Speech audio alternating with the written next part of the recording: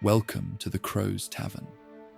Tonight, we'll journey back to the time of the Norse people, exploring their villages, customs, and daily lives as we drift toward peaceful sleep together.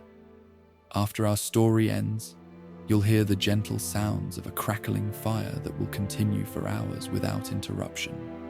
These soothing sounds will help guide you into a deep and restful sleep. Now let us begin our journey into the Viking world and allow the ancient tales to carry you towards slumber.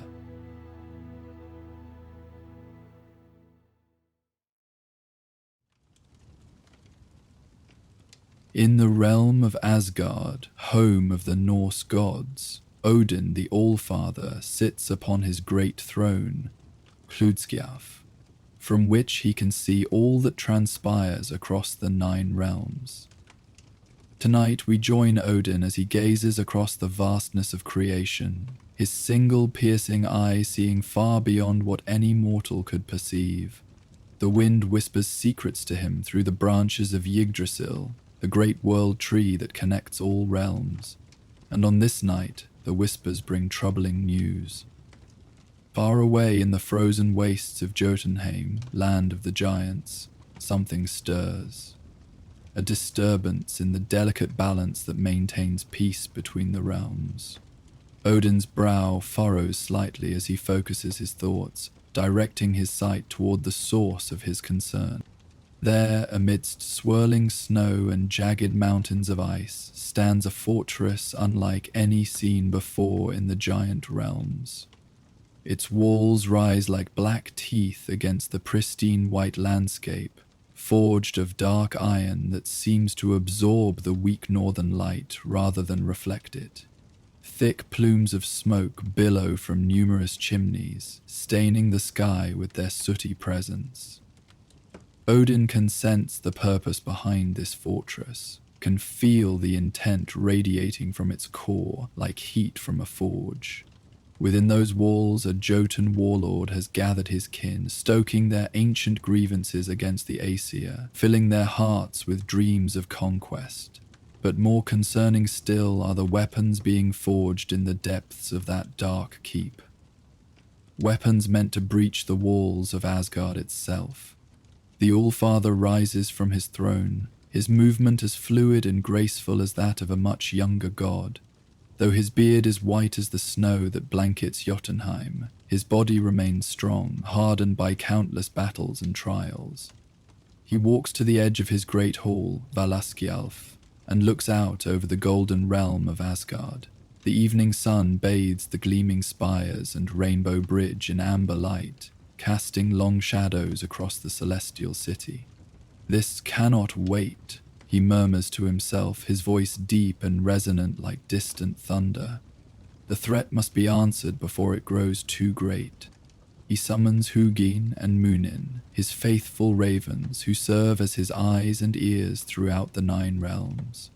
The birds circle down from the rafters, their glossy black feathers catching the golden light as they perch on Odin's broad shoulders. Thought and memory, he addresses them by their meanings. Fly to the halls of my captains. Bring them to me with all haste. The ravens take wing, disappearing into the evening sky. Odin returns to his private chambers to prepare. He moves to a stand where his armor waits. Not the ceremonial golden plate he wears for feasts and councils, but battle-worn mail of intricate links, each one forged with protective runes and spells of endurance. The metal seems to shimmer with an inner light as he lifts the hauberk and slides it over his head, feeling its familiar weight settle on his shoulders. Next, he takes up Gungnir, his mighty spear.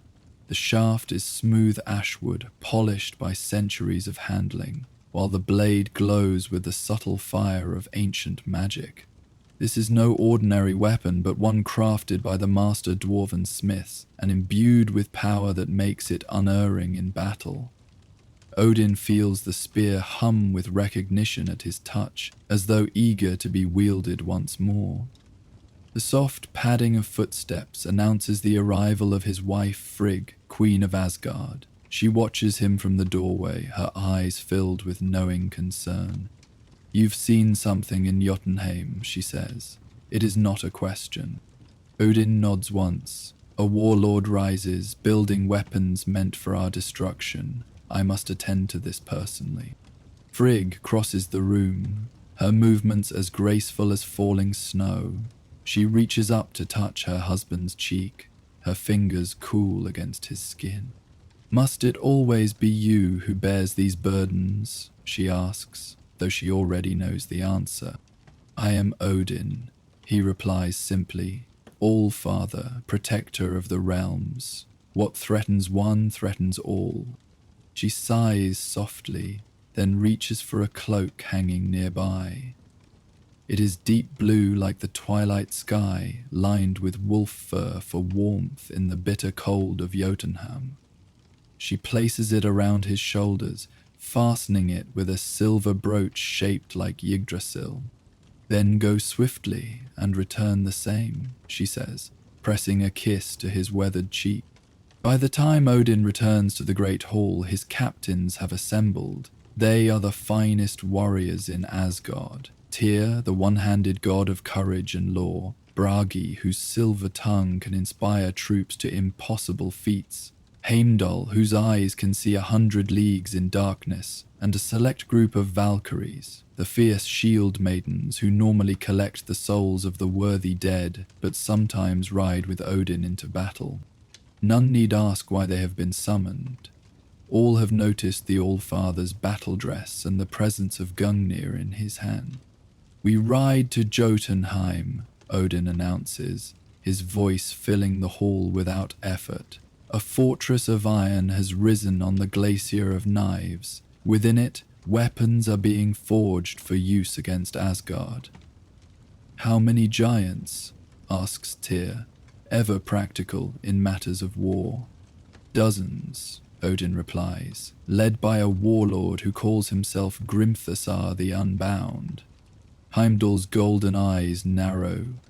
"I have observed his movements these past months. He has been gathering malcontents and outcasts, those with particular hatred for the Aesir. Then they shall feel particular disappointment this night," says one of the Valkyries. "Gondul, whose spear has tasted the blood of 1,000 foes." Odin nods his approval. "We strike fast and without warning. Our purpose is not wholesale slaughter, but precision. Destroy the forges, scatter their weapons, and remove the warlord's influence." "What of Thor?" asks Bragi. "Should we not wait for his thunder to join our attack?" "My son hunts trolls in the mountains of Midgard," Odin replies. "By the time he could be recalled, the danger would only grow. No, we 8 shall be sufficient." With that decided, the war party moves to the stables where their mounts await. Odin's 8-legged steed Sleipnir paws the ground impatiently, steam billowing from his nostrils in the cool evening air. The great horse senses his master's purpose and is eager to run the sky roads between worlds. Odin swings himself into the saddle with practiced ease, feeling Sleipnir's powerful muscles tense beneath him. The other gods mount their own steeds, magnificent horses all, though none to rival Sleipnir's speed or endurance. "To the Bifrost," Odin commands, and the party sets off at a gallop through the streets of Asgard. Citizens stop and stare as the war party passes, some raising arms in salute, others bowing their heads in respect. It is not every day they see the All-Father himself, riding to battle with such purpose in his bearing. They reach the rainbow bridge that spans the void between worlds, its crystalline surface shimmering with all the colors of creation. At its far end stands Heimdall's watchpost, where the Guardian normally keeps his eternal vigil over the approaches to Asgard.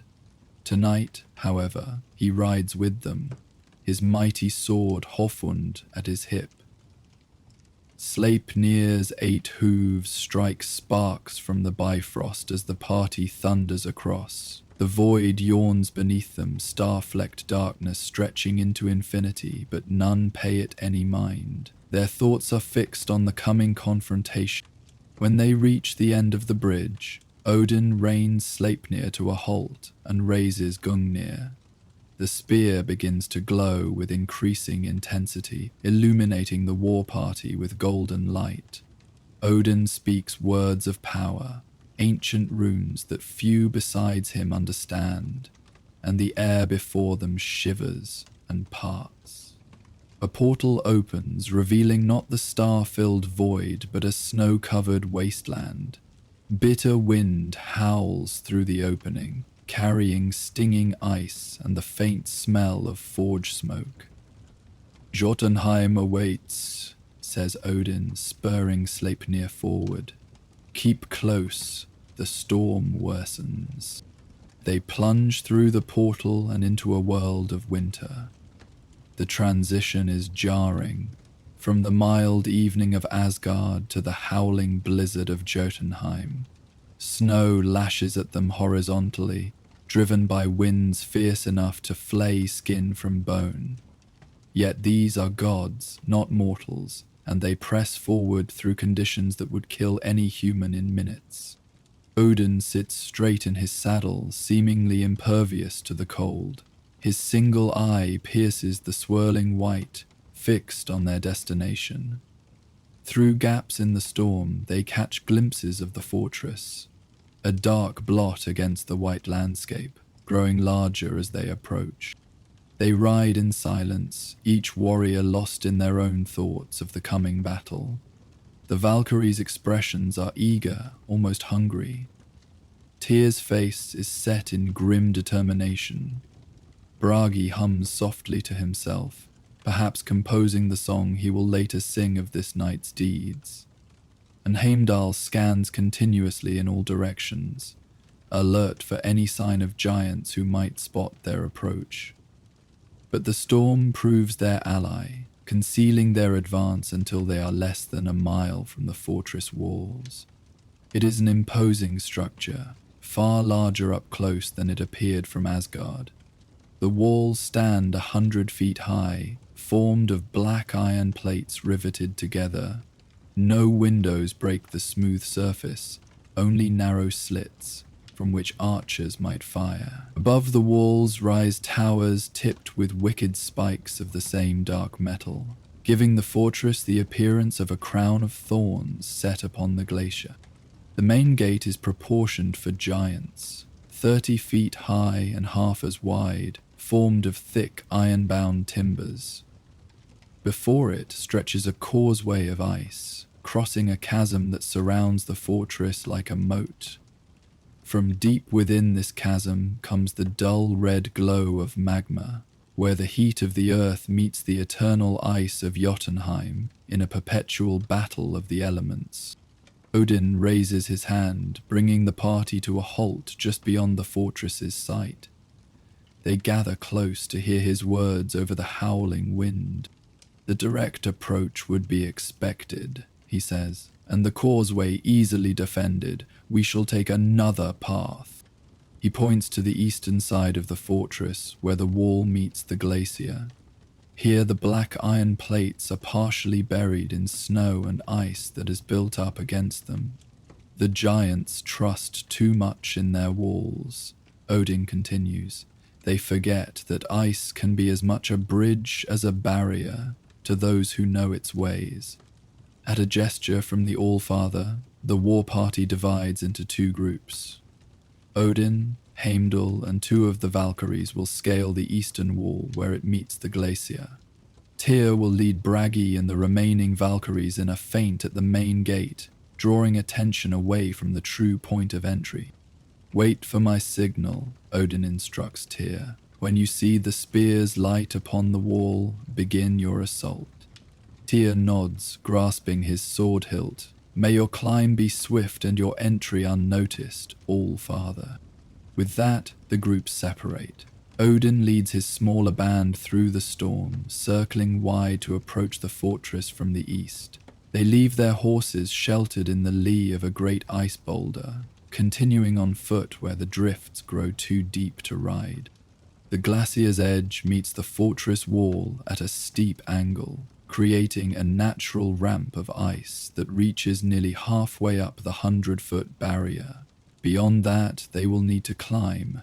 No small feat in howling winds on slick metal, but Odin has not come unprepared. From a pouch at his belt, he produces 4 items that look like simple iron hooks. These he distributes to his companions. Dwarf forged, he explains. They will bite into the metal wall where normal tools would slide off. The Valkyries, Gondel and her sister Hlok, take the hooks with expressions of grim satisfaction.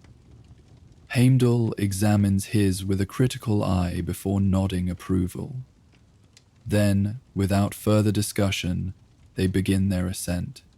The glacier ice is treacherous, riddled with hidden cracks and slick patches that would send an unwary climber plummeting to their death. But these are immortals, with centuries of experience traversing the most dangerous realms. They move with sure-footed confidence, testing each step before committing their weight. When they reach the point where ice meets iron, Odin drives his hook into the black metal. It sinks in with a sound like a knife entering flesh, securing itself without obvious means. The others follow suit, and soon all 4 are scaling the sheer face of the fortress wall. The wind tears at them, threatening to peel them from the wall like leaves from a tree. Snow and ice crystals sting exposed skin. But they climb steadily upward, finding purchase where none should exist, moving with the fluid grace of predators, rather than the awkward scrambling of prey. Halfway up the wall, Heimdall suddenly freezes, pressing himself flat against the metal surface. The others instantly do the same, trusting the Guardian's superior senses. A moment later, a massive shadow passes overhead. A giant making his rounds atop the wall, oblivious to the intruders clinging like spiders just below his post. They wait, barely breathing, until the sentry moves on. Then, with renewed caution, they continue their climb. At last, they reach the top. Odin peers carefully over the edge to ensure the way is clear, then pulls himself up and over in one smooth motion. The others follow, and they find themselves on a wide walkway running the circumference of the fortress. To their right rises an inner wall of the same black iron, topped with more of those wicked spikes. To their left is only the 100-foot drop back to the glass. They pause, listening. The howl of the wind masks most sounds, but Heimdall's exceptional hearing picks up the rhythmic clang of hammers striking metal. The forges are active even at this hour. Beneath that, the low rumble of giant voices engaged in conversation or song. Odin points to a nearby tower, connected to the walkway by a short bridge. That will be their entry point to the inner fortress. But first, he has a promise to keep. Lifting Gungnir, he channels a portion of his will into the spear. The weapon begins to glow with golden light, faint at first but growing stronger. Though not bright enough to be seen at a distance through the storm, it will serve as the agreed signal for Tyr's diversion to begin. They wait, counting breaths, giving their companions time to act. Then, on Odin's nod, they move toward the tower with swift, silent steps. At the main gate, Tyr sees the faint golden glow on the eastern wall and knows it is time. He turns to Bragi and the Valkyries, his expression fierce. "Now we announce ourselves," he says, with all the subtlety of thunder. Bragi grins and raises a horn to his lips. The blast that issues forth is not merely loud, but magically enhanced, to carry through the storm, to pierce stone and metal, to be heard even over the howling wind. It is the horn of challenge, of war, of imminent battle. The effect is immediate. Lights flare along the walls as giants rush to defensive positions. The great gate begins to creak open, not in welcome, but to allow defenders to sortie forth and deal with the intruders. The first giants to emerge are hulking figures twice the height of the Asgardians, clad in crude iron armor and wielding massive axes and hammers. They roar challenges in their guttural language, breath steaming in the frigid air as they charge across the ice causeway. Tyr meets them head-on, his sword flashing in the dim light. Though he has only one hand, he fights with the skill and ferocity of 10 warriors, weaving a deadly dance of steel that the first giant cannot follow. The creature falls, blue blood steaming on the ice, as Tyr moves to engage the next opponent. The Valkyries take to the air, their magic allowing them to soar above the battlefield on spectral wings. They dive like falcons, spears finding gaps in giant armor, retreating before massive counterstrikes can connect. Bragi's voice rises in a war song that lends supernatural speed and strength to his allies while sowing confusion among the enemy. More giants pour from the gate, drawn by the commotion, exactly as Odin had planned. Within the fortress, Odin's group encounters their first resistance, a pair of guards stationed at the tower entrance. The giants are caught by surprise, turning too late as silent death descends upon them. Heimdall's sword severs the first guard's neck in a single stroke, while the Valkyries' spears find the second giant's heart in a coordinated thrust. Neither has time to raise an alarm.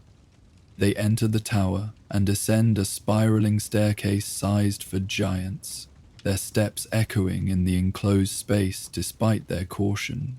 The stair leads down into the heart of the fortress, where the hammering grows steadily louder. They can feel the heat rising to meet them, the breath of the forges burning far below. At the bottom of the stair, they emerge onto a gantry overlooking an enormous chamber. Here is the source of the smoke they had seen from Asgard, a massive foundry where dozens of giants labor at forges and anvils. The heat is intense, the air thick with smoke and the acrid smell of hot metal.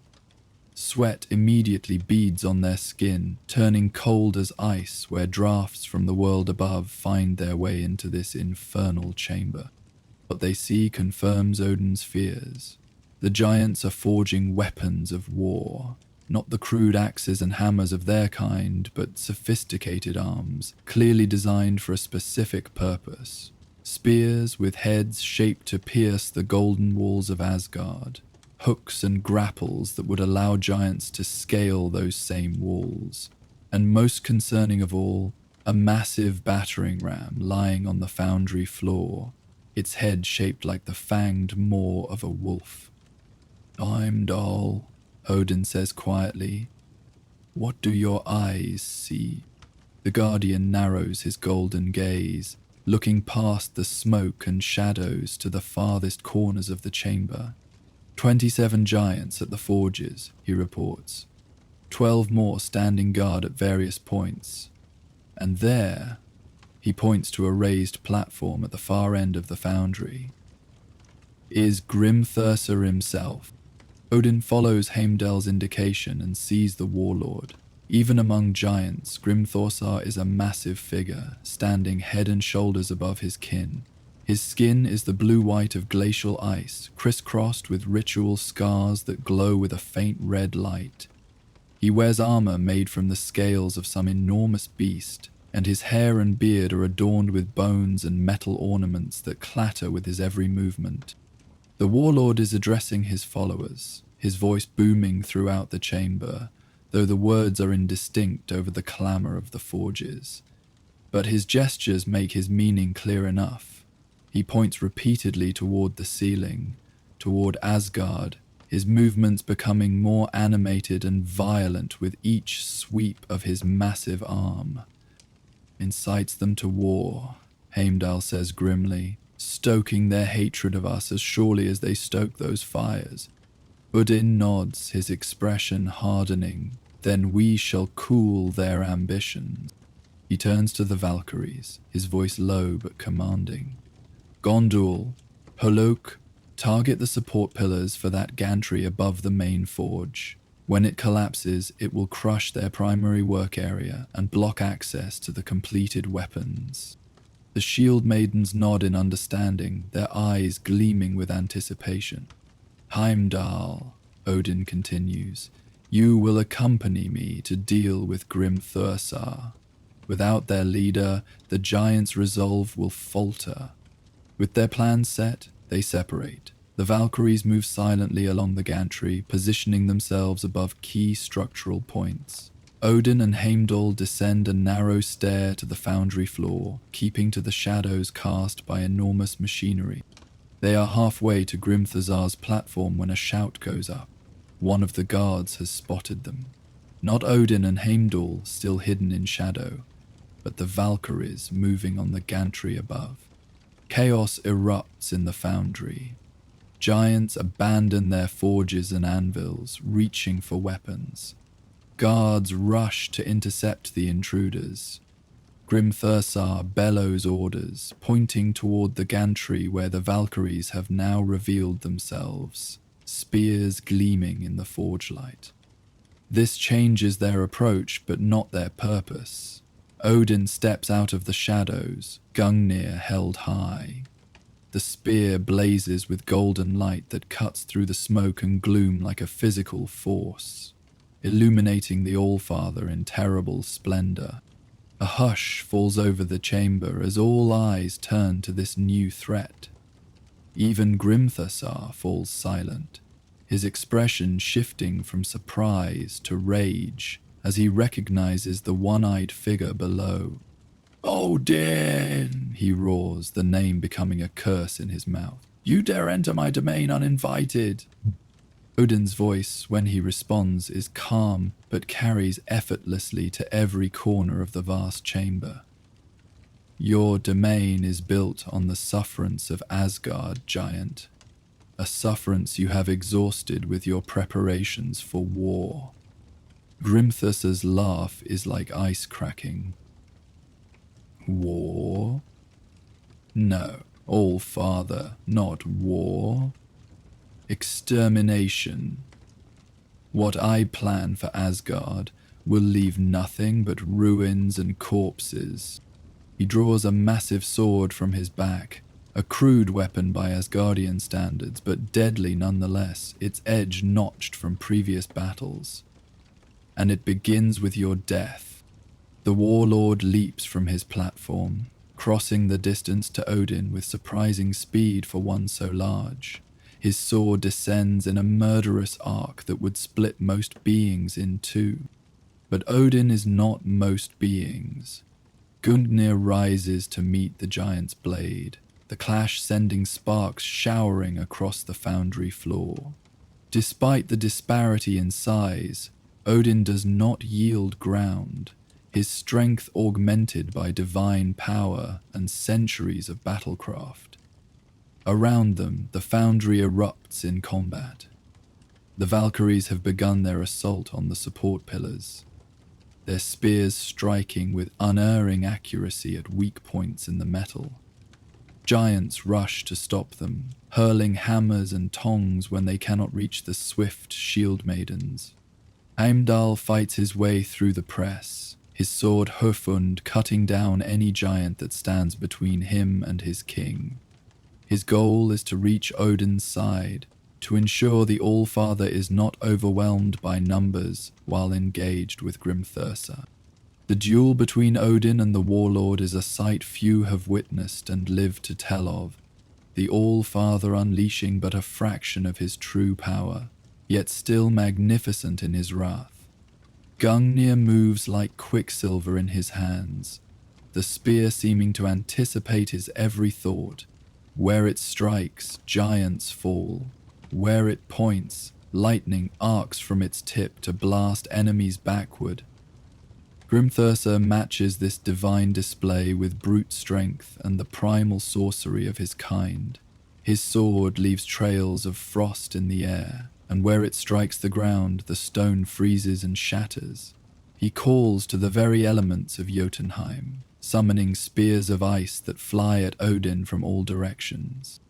The All-Father deflects these with contemptuous ease, his cloak swirling around him like living shadow as he presses his attack.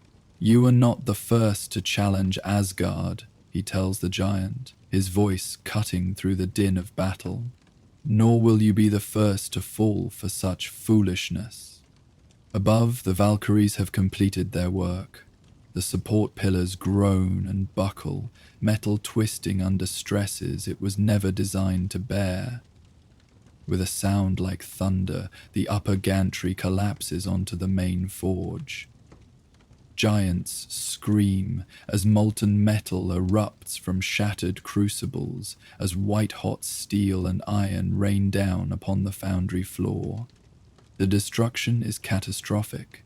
The carefully crafted weapons, the wolf-headed ram, the specialized spears, the grappling hooks, all are crushed beneath tons of twisted metal or consumed in the spreading fires. More importantly, the path to the armory where completed weapons were stored is now blocked by impenetrable debris. Grimthursa howls in fury as he sees his plans literally crumbling before him. He redoubles his attack on Odin, abandoning skill for pure berserker rage. His sword becomes a blue-white blur as he strikes again and again, driving the All-Father back toward one of the still intact forges.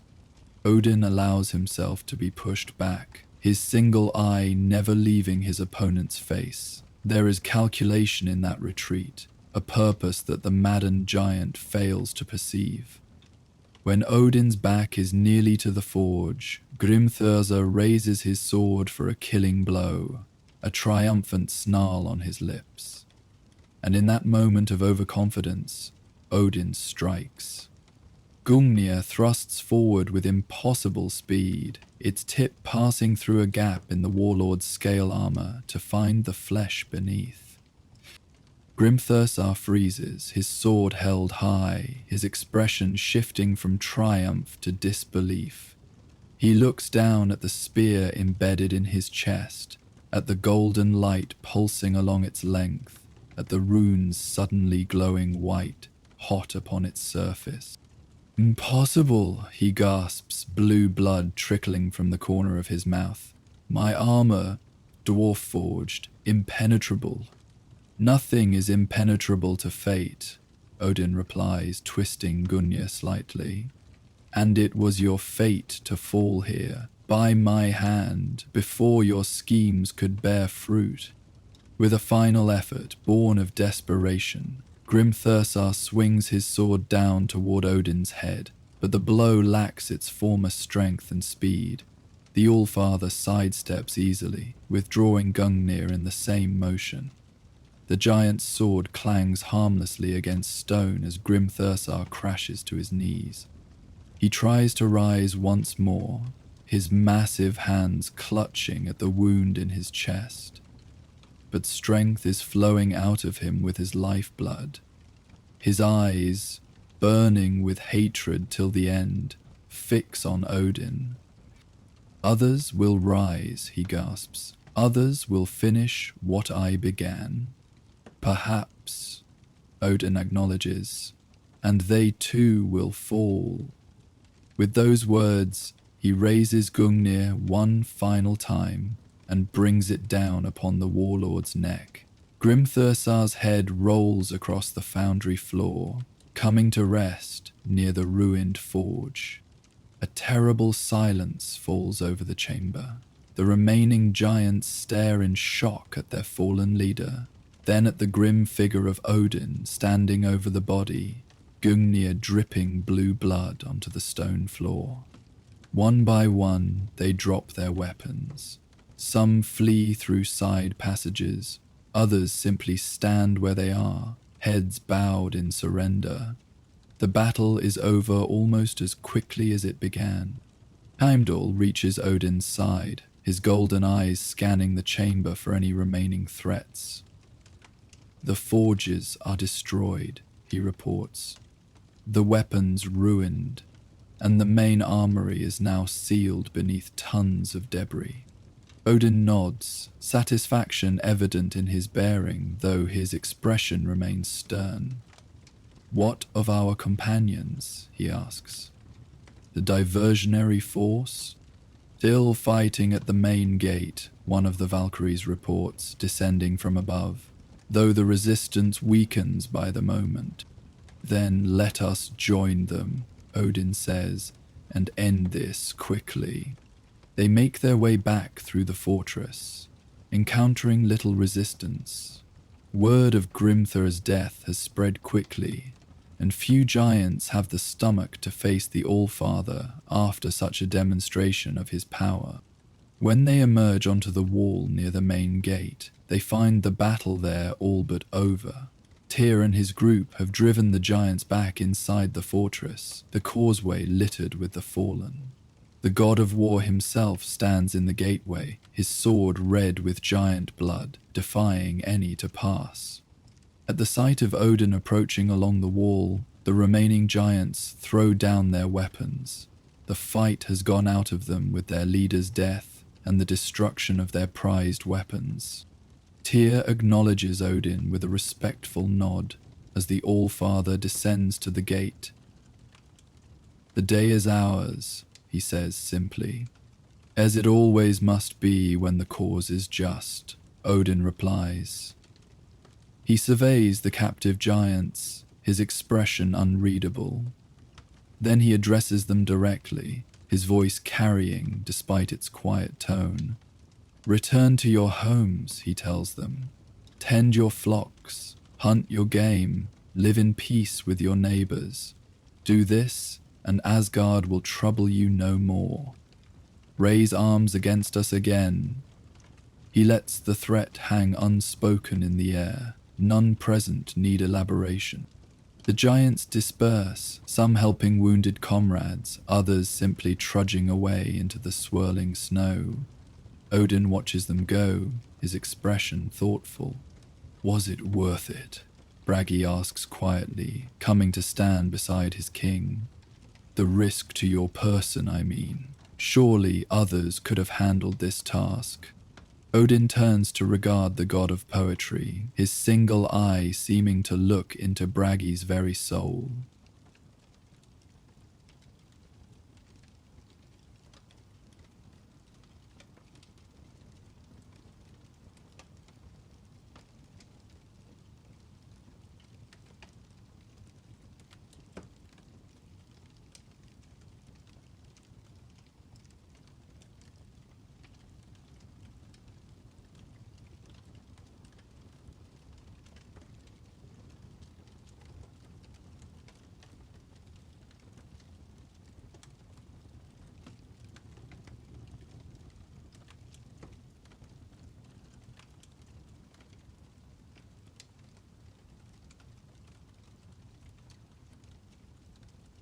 A king who will not risk himself for his realm, he says, is not a king.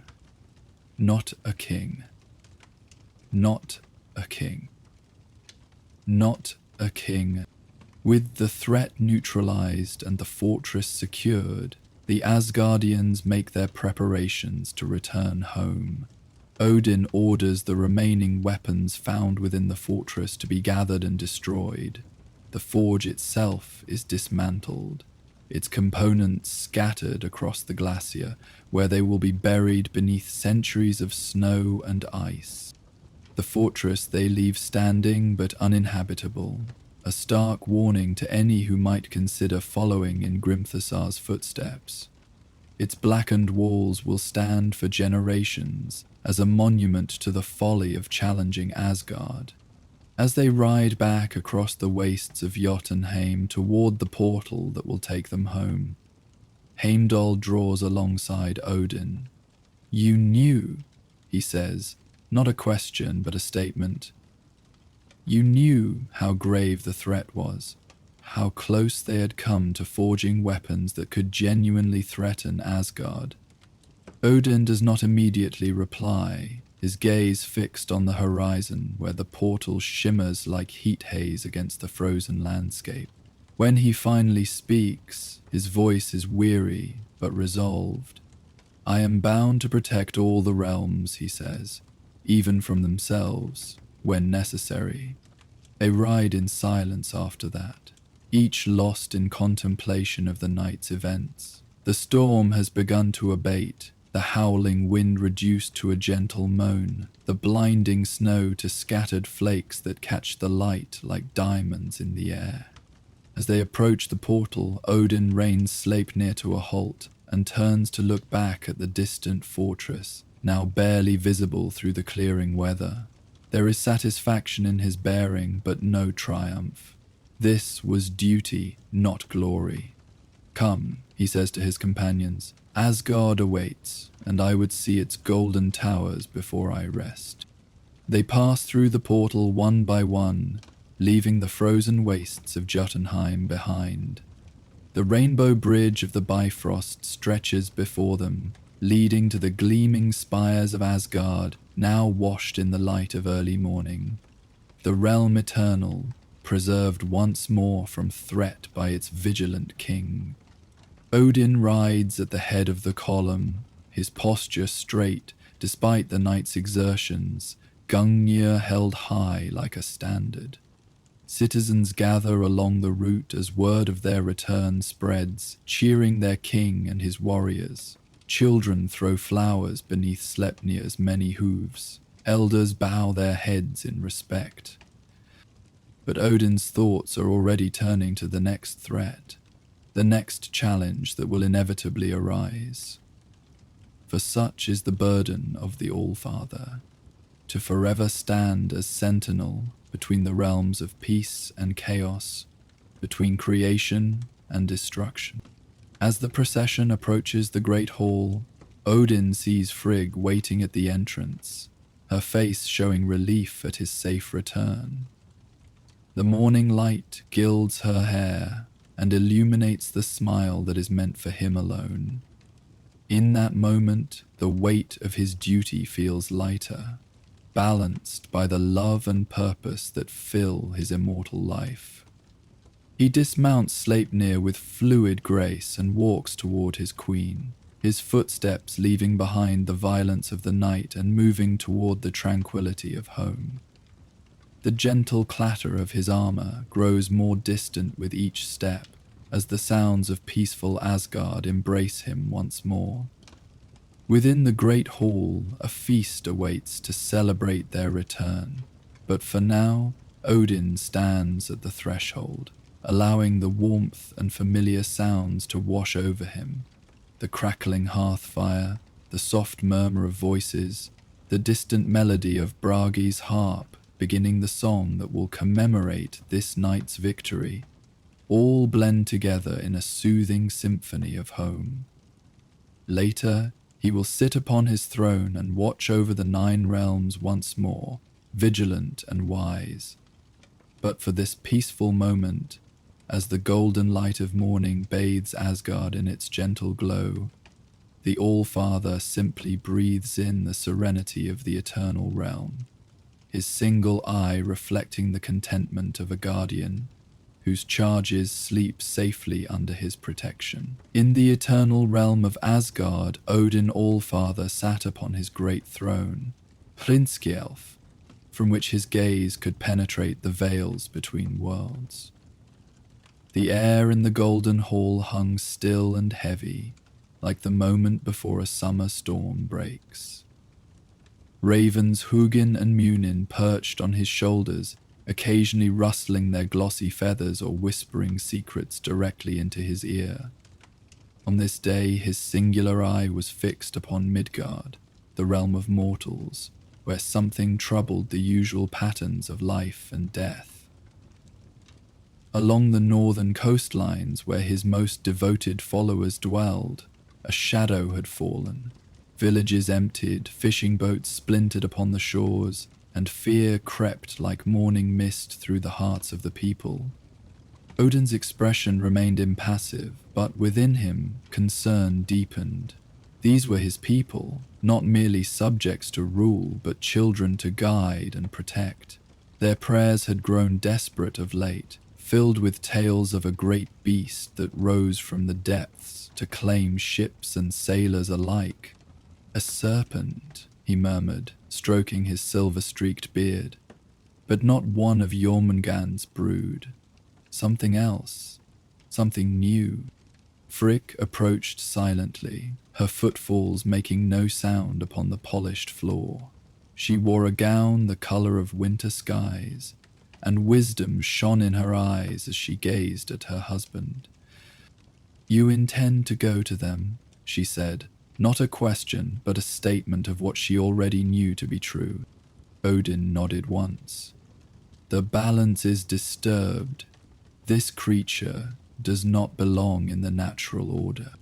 "And will you go as king and conqueror?" Frigg asked, her voice gentle but probing. "Or will you walk among them as you have before?" A faint smile touched the corners of Odin's mouth. "They need guidance, not glory. I will walk as one of them to understand what has brought this terror to their shores." Frigg's fingers brushed against his weathered hand, a touch both tender and concerned. "Be cautious, my husband. Even disguised, your nature calls to the primal forces of the world.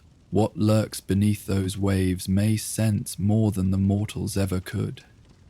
Odin rose from his throne, his tall form seeming to gather the very shadows of the hall around him like a cloak. "Fear not. I go not to wage war, but to restore harmony, though if war becomes necessary." His hand closed around Gungnir, his mighty spear, and the runes etched along its length flared briefly with inner light. "I shall keep watch," Frigg promised, "and send Gondal to you should you have need." With a nod of gratitude to his queen, Odin departed the hall.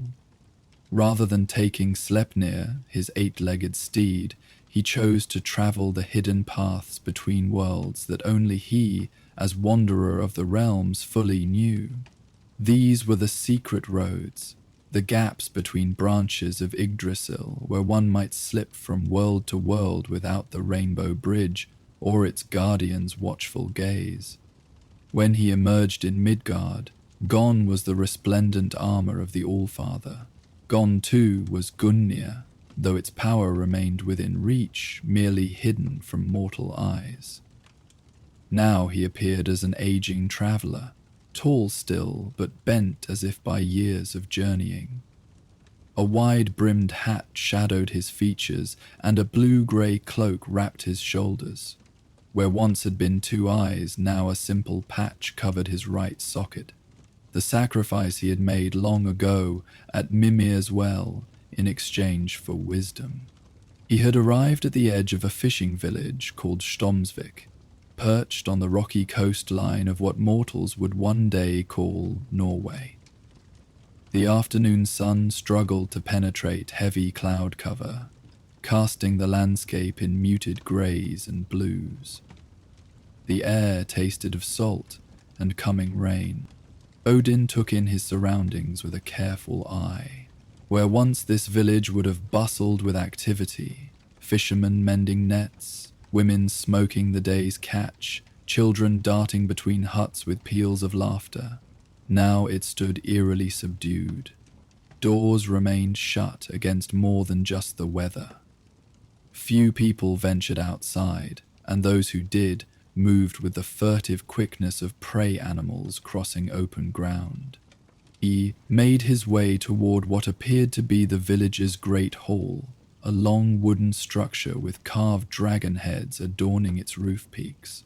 Before he could reach it, his path was blocked by a group of men, fishermen by their weathered looks and salt-stained clothing, but now carrying spears and axes instead of hooks and nets. "Halt, stranger," called their leader, a broad-shouldered man with a beard the color of fire streaked with early grey. "What business brings you to Stromsvik in these dark times?" Odin leaned upon a gnarled walking staff that had not been in his hand a moment before. "I am but a wanderer," he replied, his voice roughened to match his appearance. "I seek shelter from the coming storm and, perhaps, tales to warm the night." The men exchanged glances. "Tales we have," said the red-bearded leader grimly, "though none to warm your heart. I am Sigurd Haraldsson, headman of this village. You may shelter with us, but know that no ship leaves our harbor, and we counsel all travelers to move inland with haste." "And why is that?" Odin asked, though he already knew the answer. Sigurd's face darkened. "Because death swims in our waters, old man. A serpent vast as a longship and hungry for mortal flesh. 12 boats lost in a fortnight, and more good men than I can bear to count." "Perhaps," Odin suggested mildly, "I might hear more of this serpent over a cup of mead, for I have traveled far and wide and know something of strange creatures." Something in his manner, or perhaps the uncanny intensity of his single eye, made Sigurd pause. He studied the stranger more carefully before nodding slowly. "Come then. Our mead is scarce these days, as is our hospitality, but neither has run dry yet." The great hall was dimly lit and sparsely populated. Where once feasts would have been held with long tables groaning under the weight of food and drink, now small clusters of villagers huddled together, speaking in hushed tones. A fire burned low in the central hearth, more for light than warmth in the late summer evening. Sigurd led Odin to a table near the fire and signaled for mead to be brought. "What name do you go by, wanderer?" he asked as they settled onto wooden benches. "Some call me Vegthorn," Odin replied, giving one of his many names, this one meaning way-tamer or wanderer. "And what brings Vegtam to our troubled shores? Surely word of our misfortune has spread to neighboring villages." Odin accepted a horn of mead from a serving girl, whose eyes were red-rimmed from recent tears. "I go where I am needed," he said simply. "Tell me of this serpent that haunts your waters." Sigurd took a deep draught of mead before speaking. "It began with the summer storms, more frequent and fierce than any in living memory. The old ones said the seas were angry, that something had disturbed their depths." He gestured to an elderly woman sitting near the hearth, her gnarled hands working a spindle, though her eyes seemed focused on something beyond the hall's wooden walls. "Astrid the Wise suggested we make offerings to appease whatever powers were disturbed. We did. Our finest sheep, mead, precious silver, all consigned to the deep. But still the storms came, and with them, eventually, the serpent." "Describe it," Odin prompted. "Vast beyond reckoning," Sigurd said, his voice dropping. "Green-black scales that shine like wet stone in moonlight, eyes like pools of venom. When it rises, it brings a mist with it, cold that seeps into your bones, and clouds that turn day to dusk in moments. It takes not just the bodies of its victims, but their courage, their hope." He shook his head. "No weapon we possess can pierce its hide. Those who have tried did not return to tell of their failure." Odin nodded thoughtfully.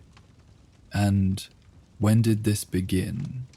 Was there any event beyond the storms that preceded the serpent's appearance?"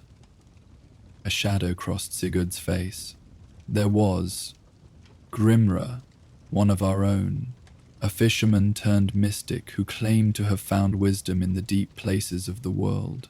He began speaking of old powers, older than the gods themselves." Sigurd made a warding sign. "Forgive me, but we are desperate enough now to speak of such things openly."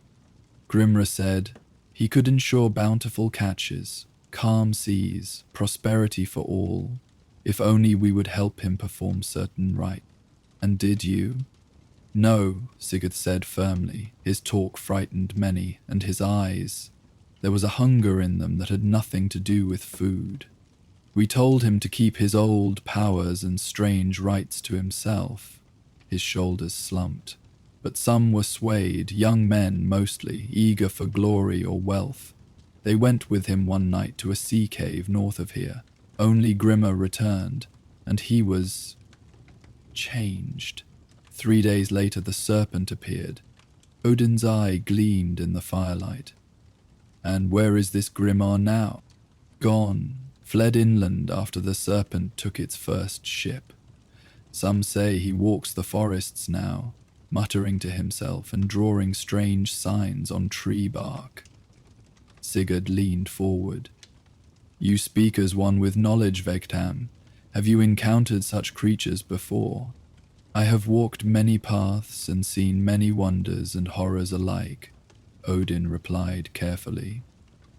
This serpent bears the mark of a binding, a pact of some kind.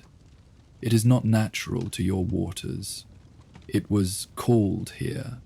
A murmur ran through those close enough to overhear. Sigurd's expression hardened. Then how do we send it back? Our people cannot live in fear forever. Already some speak of abandoning Stromsvik, the home of our fathers and their fathers before them. Odin set down his mead horn. I will investigate this matter. First I must see the serpent for myself. Then I must find what binds it to this place. You speak as if you plan to face the beast alone, Sigurd said, incredulously. The disguised god allowed himself the smallest of smiles. I am never truly alone, friend Sigurd. Now, tell me of this sea cave where Grimmer performed his ritual. Dawn broke grey and sullen over Stromsvik. Rain fell in a gentle but persistent curtain, droplets drumming on wooden roofs and turning the ground to mud. Odin stood at the edge of the village, gazing out at the choppy sea beyond. Even to his divine perception, the waters appeared ordinary. Dark grey waves flecked with white foam, the distant horizon obscured by rain and mist. Yet beneath that ordinary surface, he could sense the wrongness. A disturbance in the fabric of Midgard itself, like a discordant note in an otherwise harmonious melody.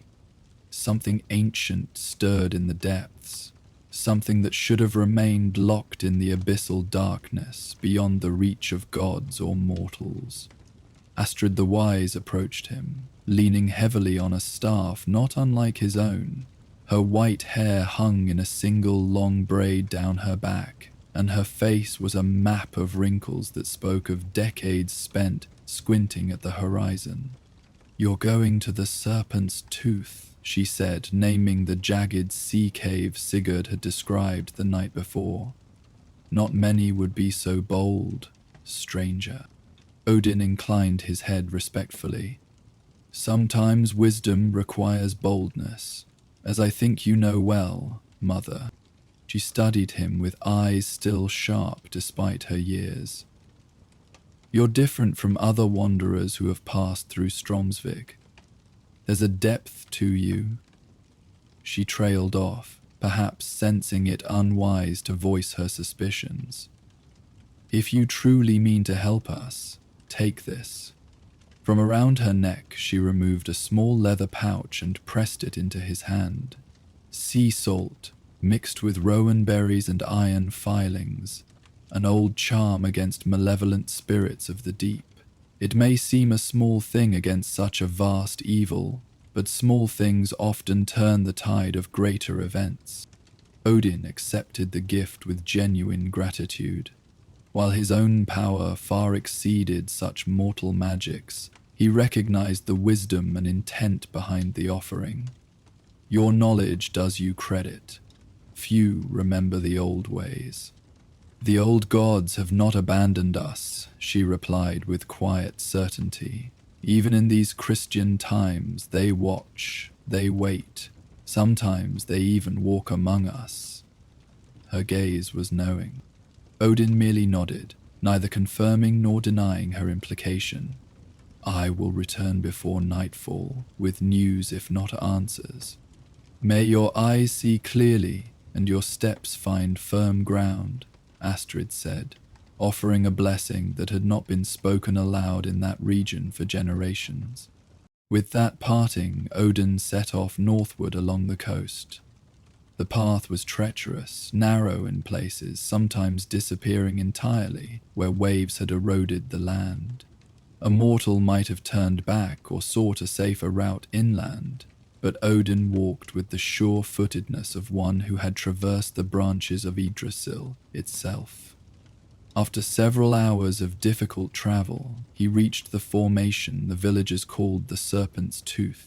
It was aptly named, a great spire of dark rock that curved slightly like a massive fang, riddled with caves at its base where centuries of tides had worn away the softer stone. The largest of these openings gaped like a mouth, partially submerged at high tide, but now, with the waters receded, offering a dark passage into the cliff's heart.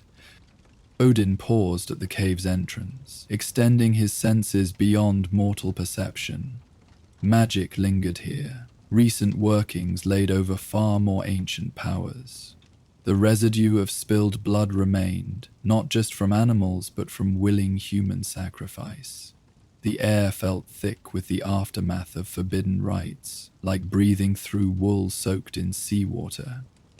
He traced a rune in the air, Kinaz, the torch, and summoned a pale blue light to his palm. It illuminated the cave as he entered, revealing walls that had been carved with symbols. Some he recognized from mortal traditions, crude approximations of godly runes. Others were older, reminiscent of patterns seen on the scales of Jormungandr, the world serpent destined to fight Thor at Ragnarok. But these were different. A bastardization, a mortal's attempt to harness powers beyond understanding. Odin's expression darkened as he moved deeper into the cave. The floor beneath his feet changed from sand to smooth stone, worn into unnatural evenness by something other than tides. At the cave's heart, he found the ritual space. A circle had been scraped into the stone floor, surrounded by 9 spikes of driftwood, each topped with something that had once lived. Fish heads, seabird wings, and more disturbing remains he did not examine closely. At the circle's center stood a crude altar hewn from a single block of dark stone not native to these shores. The altar's surface was stained with the unmistakable brown-black of dried blood, and carved into its face was a symbol Odin had not seen for millennia. The mark of Jormungandr's forgotten sibling, a serpent cast into the void before the ordering of the 9 realms. A being from the primordial chaos that preceded even the giants. "Grim," Odin muttered to himself. "You meddled with forces far beyond your understanding." He placed his hand upon the altar, closing his eye to better perceive the echoes of what had transpired here.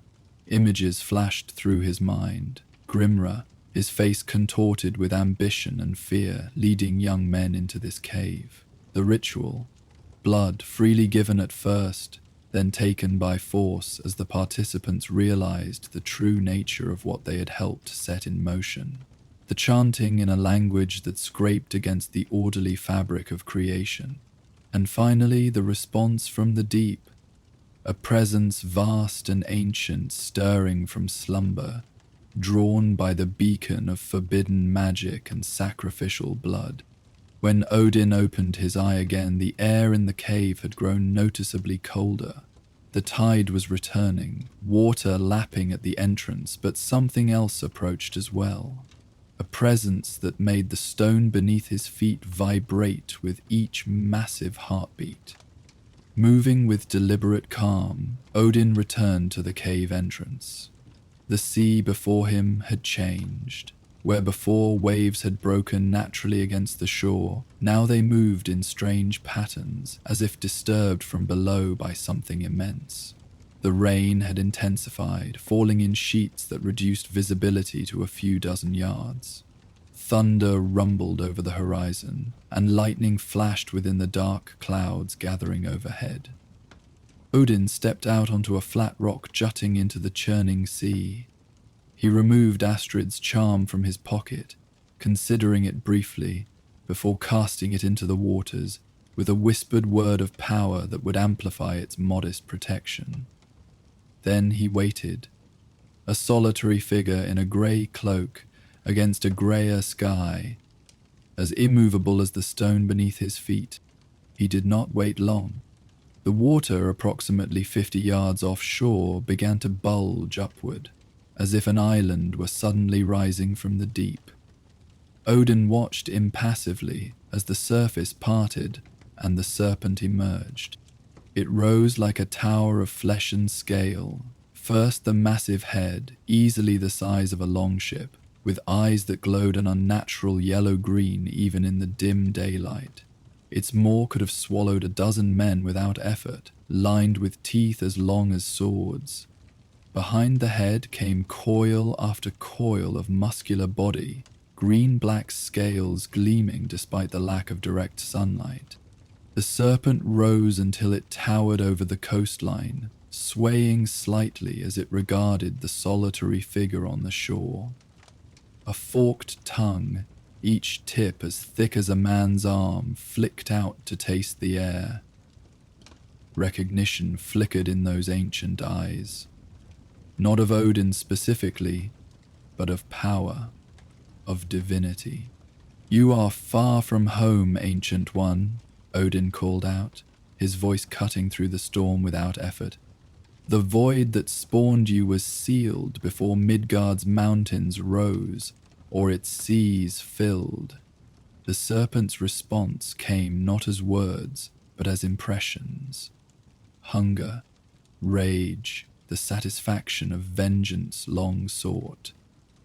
Images flashed between them, the emptiness of the void, the pain of exile, the long dormancy, and finally the call. Blood and power, offering a path back into the world of form and substance. "The mortal who summoned you struck a bargain he did not understand," Odin continued, taking a step closer to the water's edge. "His ignorance does not absolve him, but neither does it condemn these innocent people to suffer for his transgression." More impressions flooded from the serpent. Dismissal, contempt for mortal lives, insatiable hunger that could never be filled. Then, more pointedly, challenge. Not just to Odin, but to the order he represented, the cosmos that had rejected the serpent's kind at creation. Lightning cracked overhead, closer now, illuminating the scene in stark white flashes.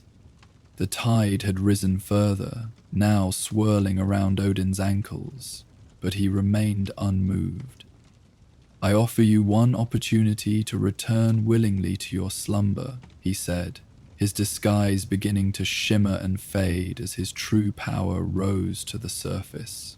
The simple traveler's cloak transformed into the midnight blue of Odin's battle garb, embroidered with silver runes of power. His walking staff elongated and straightened, becoming Gungnir, the spear that never missed its mark. Even his voice changed, deepening and resonating with the authority of the All-Father. "Return to the void, or face judgment." The serpent's response was immediate and violent. It lunged forward with frightening speed for something so vast, jaws gaping wide to swallow Odin whole. Sea water surged forward in a massive wave, threatening to sweep away everything along the coastline. But Odin was no longer on the stone outcropping. Between one heartbeat and the next, he had leapt skyward, soaring above the serpent's strike with the ease of thought. Gungnir gleamed in his hand as he descended, driving the spear deep into the creature's hide just behind its massive head.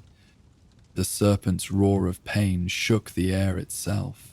It thrashed wildly, sending waves crashing against the cliffs and uprooting a stand of trees with a sweep of its tail. The wound Odin had inflicted would have killed any mortal beast instantly, but this creature was born of older, darker magic. Golden ichor, not blood as mortals know it, oozed from the puncture, hissing where it touched seawater and releasing a noxious vapor. Odin landed atop the serpent's head, maintaining his balance effortlessly despite the creature's attempts to dislodge him. With a sharp twist, he wrenched Gungnir free and leapt again as the serpent snapped at him, teeth clashing together with enough force to shatter stone. Thunder boomed directly overhead now, and Odin raised Gungnir toward the storm clouds. Lightning answered his call, striking the spear's tip and charging it with blinding energy. In the same fluid motion, he hurled the weapon with perfect accuracy, striking the serpent's left eye. The creature's agonized thrashing intensified. It reared back, nearly vertical in the churning sea, and from its maw came not a roar but a stream of greenish venom that melted everything it touched. Trees, rocks, even seawater itself, sizzled and dissolved under the caustic spray. Odin, however, had anticipated this attack. He wove protective runes in the air with swift gestures, creating a barrier that the venom could not penetrate. The toxic spray parted around him like water around a stone, leaving him untouched at the center of destruction. Gungnir returned to his hand. Another property of the legendary spear being its ability to return to its wielder when called. The serpent, half blinded and in terrible pain, changed tactics. Rather than continuing its direct assault, it began to submerge, seeking the safety of the depths. "No," Odin said simply, his voice carrying the weight of divine command. "You shall not escape judgment." He traced a complex pattern in the air, the binding rune, a symbol of his own creation that could temporarily anchor even cosmic entities to a single location. The waters around the serpent began to glow with the same blue light that emanated from the completed rune, forming mystical chains that wrapped around the creature's massive form. The serpent fought against the binding with the desperation of a primordial being facing extinction. Its struggles sent tremors through the earth, causing rock slides along the coastal cliffs and raising waves that would be remembered in local legends for generations. Odin stood firm against this chaos, his mind focused on maintaining the binding while preparing his final stroke. From his lips came words in the first language, the tongue that had shaped reality at the dawn of creation. Each syllable visibly distorted the air around him, like heat shimmer but more pronounced, as if the veil between possible and impossible grew thin. The incantation complete, Odin once again raised Gungnir, but this time the spear began to transform. It elongated further, the metal of its head flowing and reshaping until it resembled not a weapon but a key, ancient and complex, forged of lightning and divine will. "By the power that ordered chaos into cosmos," Odin pronounced, "by the wisdom gained at Mimir's well, by the authority granted to me as guardian of the 9 realms, I open the path to your rightful dwelling." He drove the transformed Gungnir downward, not at the serpent, but into the sea itself. Where it pierced the water, reality tore open. A vortex formed, rapidly expanding outward, its edges limned with the same blue-white energy that had bound the serpent. But beyond those edges was not water or air or any substance known to mortals. It was the void itself, the emptiness between creations. The binding runes around the serpent began to pulse, synchronizing with the vortex's rotation. Slowly at first, then with increasing speed, they began to pull the creature toward the tear in reality. The serpent fought with renewed desperation, its massive coils thrashing against magical restraints, its remaining eye burning with hatred and fear. "Return to the void," Odin commanded, "until the ending of all things." With a final surge of divine power, he completed the banishment. The serpent's massive form was drawn inexorably into the vortex, its roars fading as it was pulled back into the nothingness from which it had been summoned. When the last scale had disappeared into the emptiness, Odin withdrew the transformed Gungnir, and the tear sealed itself with a thunderclap that was heard 100 miles in all directions. The storm began to abate almost immediately. Rain softened to a gentle drizzle, then stopped altogether. Clouds thinned and parted, allowing weak sunlight to break through. The sea, which had been whipped to a frenzy by the serpent's struggles, gradually calmed to its natural rhythm. Odin stood for a long moment. Gungnir now returned to its normal form, held loosely in his hand. The exertion had been considerable even for him. Banishing such an ancient entity back to the void was no small feat, requiring precision as much as raw power. Had he erred, the tear could have expanded beyond control, threatening Midgard itself. As his breathing steadied, he became aware of movement behind him.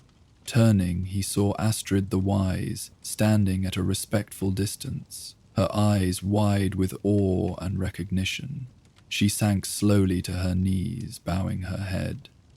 "Oh, Father," she whispered, "you came to us in our need."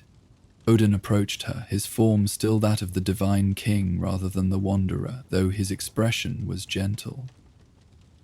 "Rise, Astrid. You need not kneel." She stood with difficulty, her old joints protesting the movement. "I suspected, but I dared not truly believe." She gestured to the now peaceful sea. "The serpent? Return to the place beyond places, where it can no longer threaten your people." Odin's single eye regarded her thoughtfully. "But the one who summoned it remains at large. This Grimra has tasted power beyond mortal understanding. He may seek other paths to forbidden knowledge." Astrid nodded grimly. "We will find him.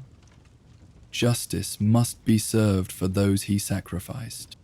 "Justice, yes," Odin agreed, "but also understanding." He tapped into forces that predate the current ordering of the cosmos. Knowledge that should have remained lost. Learn how he discovered these secrets, so that they may be properly guarded.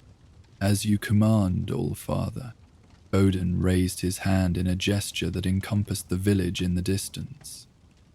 "Your people need not know the full truth of what transpired here.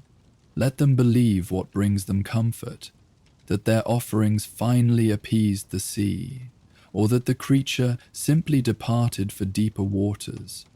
"And what of you?" Astrid asked. "Will you return to Asgard now?" A faint smile crossed Odin's weathered features. "Eventually. But first I would share a meal and mead with the people of Stromsvik. It has been too long since I walked among my children in Midgard." Together they made their way back toward the village, Odin's appearance shifting subtly with each step. By the time they reached the outskirts, he was once again Vegtam the Wanderer, leaning on a walking staff, his divine nature hidden beneath the guise of an aging traveler. Only the unusual intensity of his single eye might have betrayed him to the most perceptive observer. News of the serpent's departure had already reached Stromsvik. Several fishermen had witnessed the distant confrontation from the village's crude watchtower, though distance and rain had obscured the details. They spoke in hushed, wondering tones, of lightning that moved against the wind, of the sea itself seeming to open up, and finally of the calm that descended afterward. When Odin and Astrid entered the great hall, they found it transformed from the previous night. Where before fear and despair had hung heavy in the air, now hope and cautious celebration filled the space. Sigurd Haraldsson approached them immediately, his face alight with relief and curiosity. "Vegetam, we thought you lost when the storm broke, and now the serpent is gone, vanished completely. Our lookouts confirmed it." He studied the wanderer with new respect. "Were you witness to its departure?" "I was," Odin replied simply. "Then you must tell us what you saw. Come, share our mead and food. Both are flowing freely tonight now that the shadow has lifted from our waters." Odin allowed himself to be led to a place of honor near the central hearth, where a fire now blazed merrily. Astrid took a seat nearby, her knowing eyes watching as villagers gathered around to hear the wanderer's tale. As cups were filled and platters of food circulated, Odin began to speak. He told them a story, not the literal truth which few mortals could fully comprehend, but a tale that contained the essence of what had occurred. He spoke of ancient powers and the danger of disturbing them, of the responsibility each person bore for maintaining the proper order of things. "The serpent has returned to the deep," he concluded, "beyond the reach of mortal men, but remember always that the boundary between worlds is thinner than most believe. Respect the old ways and the old powers, even as you forge new paths." Later, as night deepened and the celebration continued around him, Odin stepped outside for a moment of solitude. The sky had cleared completely, revealing a canopy of stars and the shimmering ribbon of light that mortals called the Milky Way, but which Odin knew as the reflection of Bifrost, the rainbow bridge upon the cosmic waters. He sensed rather than heard Frigg's presence before her image shimmered into existence beside him, not physically present but projecting her consciousness across the distance between realms. "The balance is restored," she observed, her voice carrying to him alone. "For now," Odin agreed, "but I am troubled by what I discovered, my queen. The mortal sorcerer Grimra found knowledge that should have remained hidden. Someone, or something, guided him to it." Frigg's image nodded thoughtfully. "There are forces that would delight in disrupting the order you maintain. Loki, perhaps."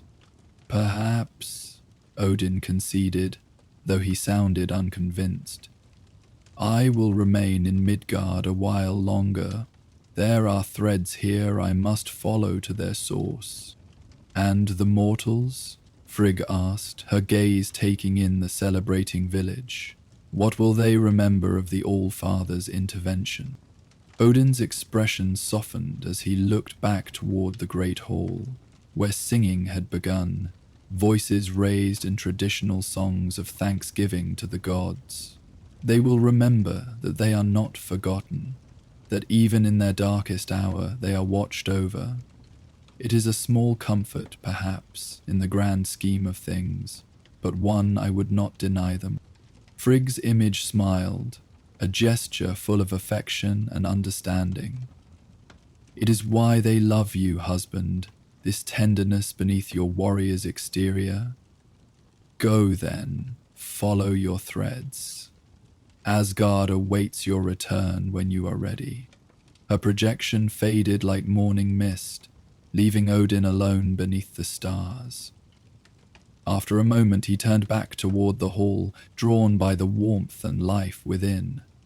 Tomorrow would bring new challenges, new mysteries to unravel, but tonight he would simply be Vegtam the Wanderer, sharing the joy of mortals who had found hope renewed. As he stepped back into the golden light spilling from the doorway, he was greeted with raised cups and welcoming smiles. These were his children in a way not even the easier were. Fragile, brief-lived, but burning all the brighter for their impermanence. In protecting them, he protected something precious in all the 9 realms. The capacity for wonder, for growth, for finding meaning in a vast and often frightening cosmos. Odin accepted a freshly filled mead horn and took his place once more by the fire. Tomorrow would be soon enough to resume his divine labors. Tonight he would simply listen to the stories of Midgard, adding them to the vast tapestry of wisdom he had gathered across the ages. Each mortal voice a thread in the grand weaving that was his eternal charge to maintain. In the harbour beyond the village, under starlight now instead of storm clouds, the water lapped peacefully against the hulls of fishing boats made ready for the morning tide. The sea held no memory of the primordial horror that had so recently haunted it. Such was the nature of water, to accept and release with equal grace.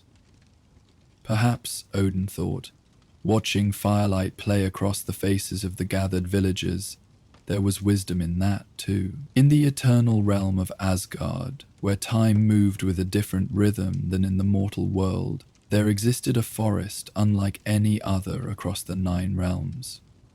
Known simply as the Golden Woods, it stood as one of the greatest wonders of the gods' domain. Here, trees reached heights that dwarfed even the tallest giants of Jotunheim, their vast canopy creating a permanent twilight below. But unlike ordinary forests, darkness never truly fell in this sacred grove, for every leaf shimmered with an inner light, a warm amber glow that bathed the forest floor in perpetual golden radiance. It was said that the first seeds of these trees had been nurtured by Frigga herself, wife of Odin, in the earliest days of creation. Others claimed the forest had sprung from tears of pure joy shed by Idun, keeper of the golden apples, when she first beheld the beauty of the newly formed Asgard. Whatever its origins, the Golden Woods had stood as long as any god could remember, unchanging in its splendor through countless centuries. Until now, Odin stood at the forest's edge, his singular eye narrowed as he gazed into the luminous depths. Behind him stretched the verdant plains of Asgard, where eternal summer painted the landscape in vibrant hues. Before him lay a mystery that troubled his ancient soul, for something was wrong with the Golden Woods. The wrongness was subtle at first glance. Most visitors might not have noticed immediately, but Odin was not most visitors, and his sight penetrated deeper than mere appearances. Here and there, among the radiant foliage, patches of darkness had appeared, leaves that no longer glowed with inner light but hung limp and blackened, as if scorched by invisible flame. Worse still, the corruption seemed to be spreading, with new patches of darkness appearing each day. "How long has this been happening?" Odin asked, his voice soft, yet carrying the unmistakable weight of authority. Beside him stood one of the Einherjar, the chosen warriors of Valhalla, who served as guardians throughout Asgard. This particular warrior, Arinbjorn, had been tasked with patrolling the forest borders. "The first signs appeared 3 days ago, Allfather," Arinbjorn replied, his golden armor catching the light from the still healthy trees nearby. Just a few blackened leaves at first, easily missed. By yesterday, entire branches had darkened. Today, he gestured toward a section where the darkness had spread to encompass several trees in their entirety. Odin nodded slowly, his silver-streaked beard moving gently in the soft breeze that perpetually flowed through the realm eternal. He wore simpler garb than usual, a deep blue cloak over a leather tunic embossed with subtle runes, clothes suited for forest exploration rather than the golden splendor of his throne room. At his side hung a sword, rather than his mighty spear Gungnir, though the weapon was no less formidable for its unassuming appearance. "Has anyone entered the affected areas?" he asked. "Two of my finest scouts, my king. They reported nothing unusual besides the darkness itself. No scent, no sound, no sign of physical damage to the trees." Arenbjorn hesitated. "But neither has returned from their second expedition." This news drew Odin's attention sharply back to the warrior. "When?" "DNA entered at dawn today. They should have reported back by midday." Odin's expression betrayed nothing, but inwardly his concern deepened. The Golden Woods, while vast, were not known to be dangerous. No predators lurked beneath those shimmering boughs. No treacherous terrain waited to ensnare the unwary. For two experienced Einherjar to vanish spoke of an intelligent threat. Or, perhaps, something worse. "Send word to Heimdall," Odin commanded. "Tell him to turn his gaze toward the heart of the forest. His sight might perceive what ours cannot." As Arenbjorn dispatched a messenger to the watchful guardian of the Bifrost, Odin stepped forward, crossing the invisible boundary that separated the ordinary lands of Asgard from the sacred grove. Immediately the quality of the air changed, becoming richer, more vibrant, with the subtle magic that permeated every fiber of the Golden Woods. Each breath carried the scent of sunlight on ancient bark, of earth that had never known winter's touch, of leaves that had shimmered since the dawn of the world. Yet even this familiar enchantment was altered now. Underlying the forest's natural perfection ran a discordant note, a wrongness that prickled against Odin's divine senses like thorns hidden among rose petals. For several hours, Odin walked deeper into the forest, following no path but his own instincts. The Einherjar had wished to accompany him, but he had refused, sending them instead to establish a perimeter around the most heavily afflicted areas. This was a mystery he would unravel personally, not merely as king of Asgard, but as guardian of its most profound secrets. As he ventured further from the forest edge, the signs of corruption grew more pronounced. What had begun as scattered patches of darkness now manifested as entire sections where the golden glow had been extinguished. Here the majestic trees stood like ordinary timber, their leaves blackened and brittle, their bark dulled to common brown. The eternal twilight that normally gave the forest its dreamlike quality had deepened to true shadow in these blighted areas, requiring even Odin's enhanced vision to navigate safely. More troubling still was the silence. The Golden Woods had always been a place of subtle sounds. The whisper of luminous leaves, the soft calls of birds that made their homes in the highest branches, the distant melody of streams that wound through the deepest glades. Now, in the corrupted zones, all sound seemed muffled, as if the very air resisted the transmission of noise. Odin paused in a small clearing where the corruption formed a perfect circle around a central point. Here, even the ground had changed. The normally lush grass withered to black straw that crumbled beneath his boots. He knelt, removing a glove to press his bare palm against the earth. With eyes closed, he extended his senses downward, through soil and root systems, seeking the source of the malevolence that afflicted his realm. What he encountered sent a rare chill through his immortal frame. Below the forest floor, something pulsed with unnatural life, a network spreading through the root systems of the Golden Woods, linking the corrupted areas together like a vast web. This was no natural phenomenon, no ordinary blight or disease. This was magic, dark, insidious, and unmistakably deliberate. But before Odin could probe deeper, A subtle shift in the air around him caused his eye to snap open. He was no longer alone in the clearing. Rising smoothly to his feet, Odin surveyed his surroundings with the calm alertness of a warrior who had faced countless battles across the millennia. Nothing moved among the darkened trees, yet the sense of being watched intensified with each passing moment. "Reveal yourselves," he commanded, his voice carrying the unmistakable authority of the All-Father. "You trespass in the realm of Asgard and corrupt what is sacred. Show your forms, or be drawn forth against your will." For a heartbeat, nothing changed. Then, like ink bleeding through parchment, figures began to materialize from the shadows between trees. They stepped forward with liquid grace, 5 in total, their movements so perfectly synchronized they might have been aspects of a single entity rather than individual beings.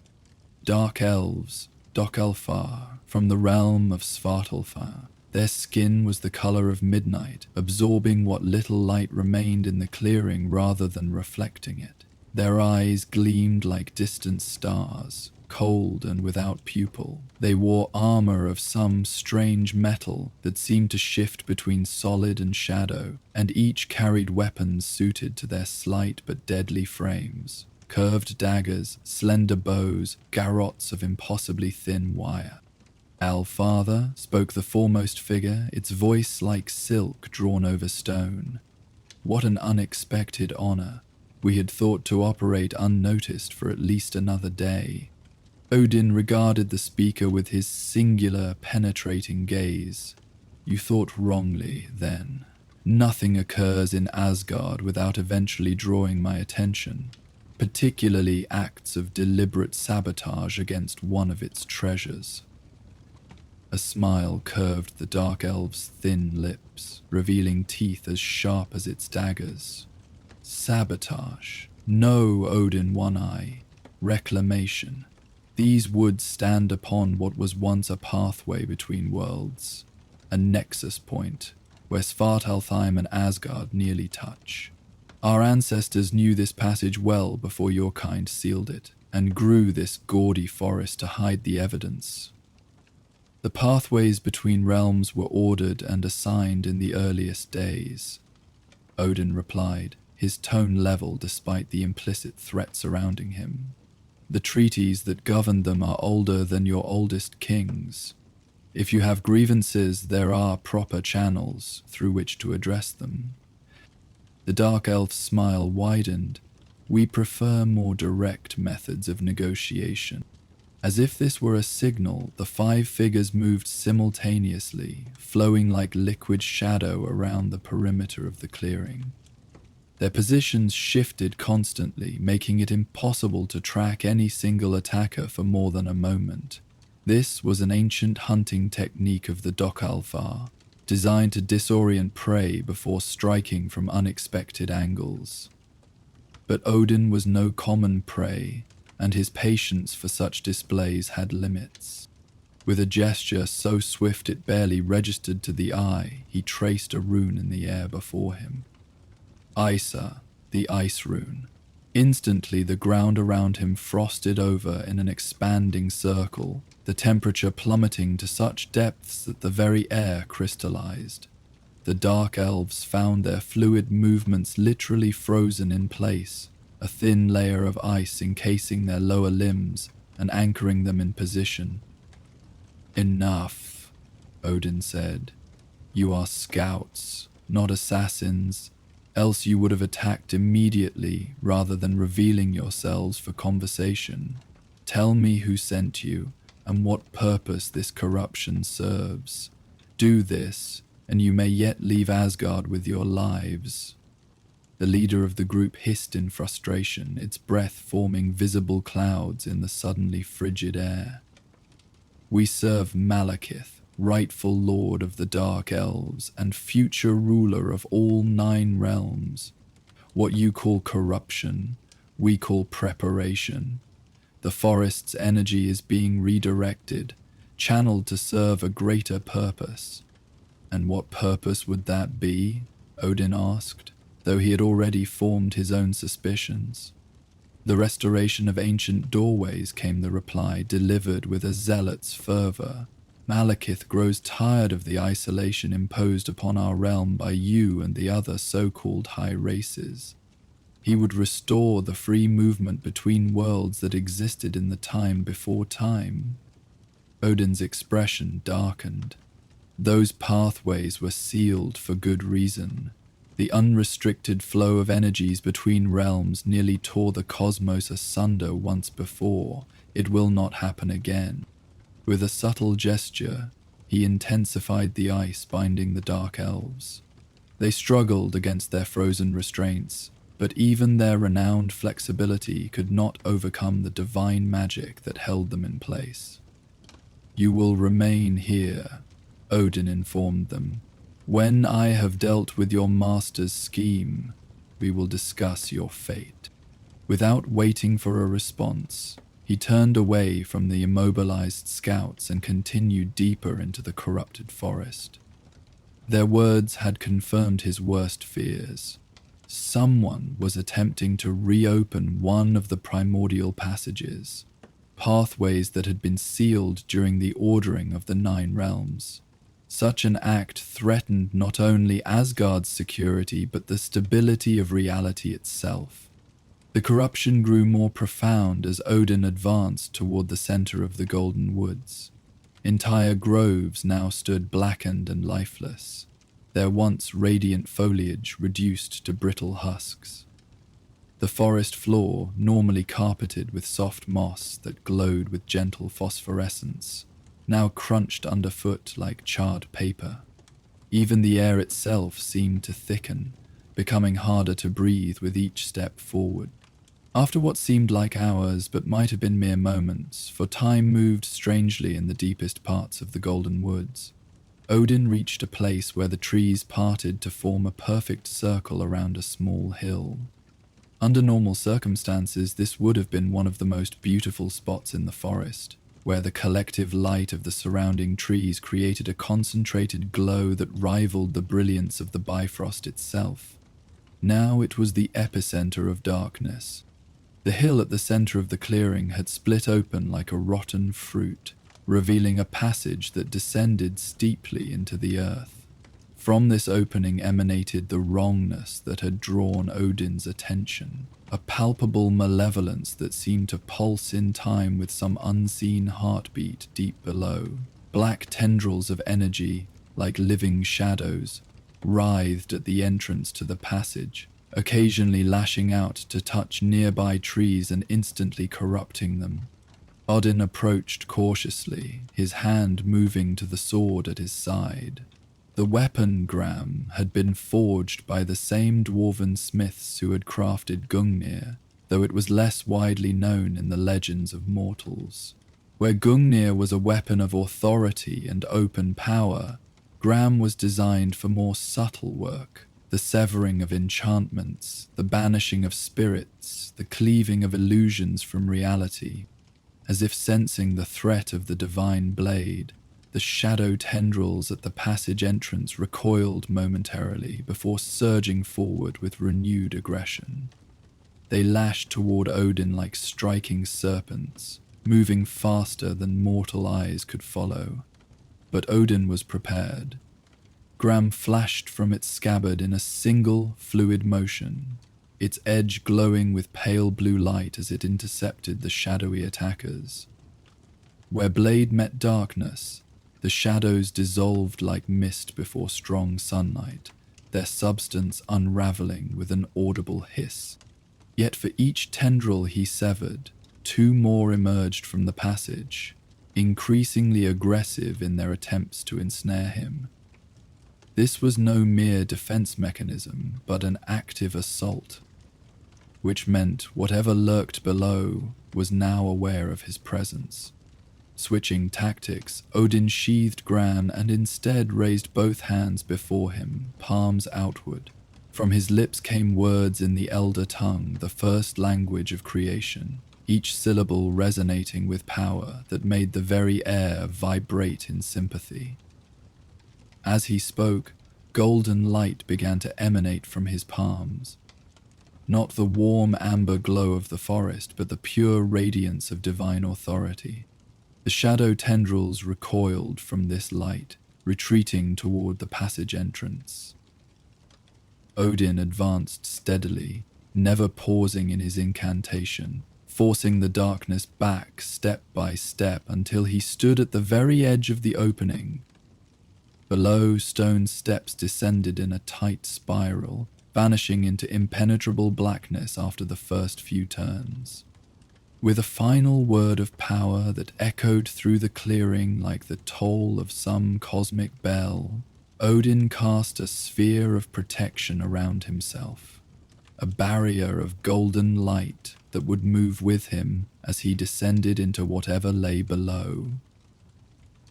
The shadow tendrils made one last attempt to breach this defense, only to dissolve completely upon contact with its radiant surface.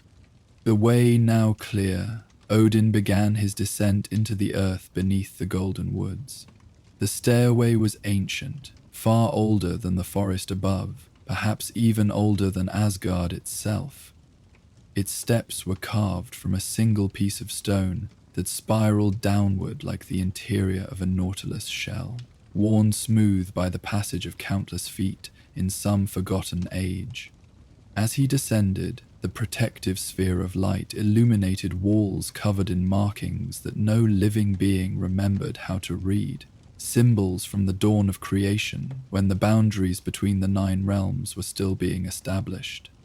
Odin himself, despite his vast knowledge, could interpret only fragments, brief glimpses into an era when reality was still malleable, when the cosmos had not yet solidified into its current form. The stairway ended abruptly after what must have been thousands of steps, opening into a vast subterranean chamber that defied the limitations of the space above. By all logic, this cavern should have extended well beyond the boundaries of the Golden Woods, perhaps beyond Asgard itself. Yet another indication that this place existed at the intersection of worlds, where the normal rules of space grew tenuous.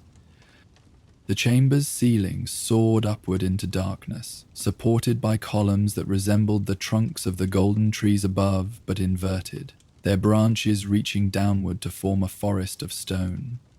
The floor was polished obsidian that reflected the light of Odin's protective sphere like still water, creating the illusion that he stood suspended between 2 identical worlds. And at the center of this impossible space stood a structure that Odin had hoped never to see again. A dark forge, one of 9 created during the primordial wars that had nearly destroyed all existence. These artifacts had been crafted by beings older than the Aesir, older even than the giants, designed to manipulate the fundamental energies that separated the realms. This particular forge had been deliberately buried beneath what would become the Golden Woods, sealed away and forgotten. Or so it had been thought. Now it pulsed with renewed activity, its obsidian surface flowing like liquid as it channeled the life energy of the forest above into whatever working its current master had initiated. Standing before the dark forge, directing its operation with intricate gestures, was a figure Odin recognized immediately, despite the centuries that had passed since their last encounter.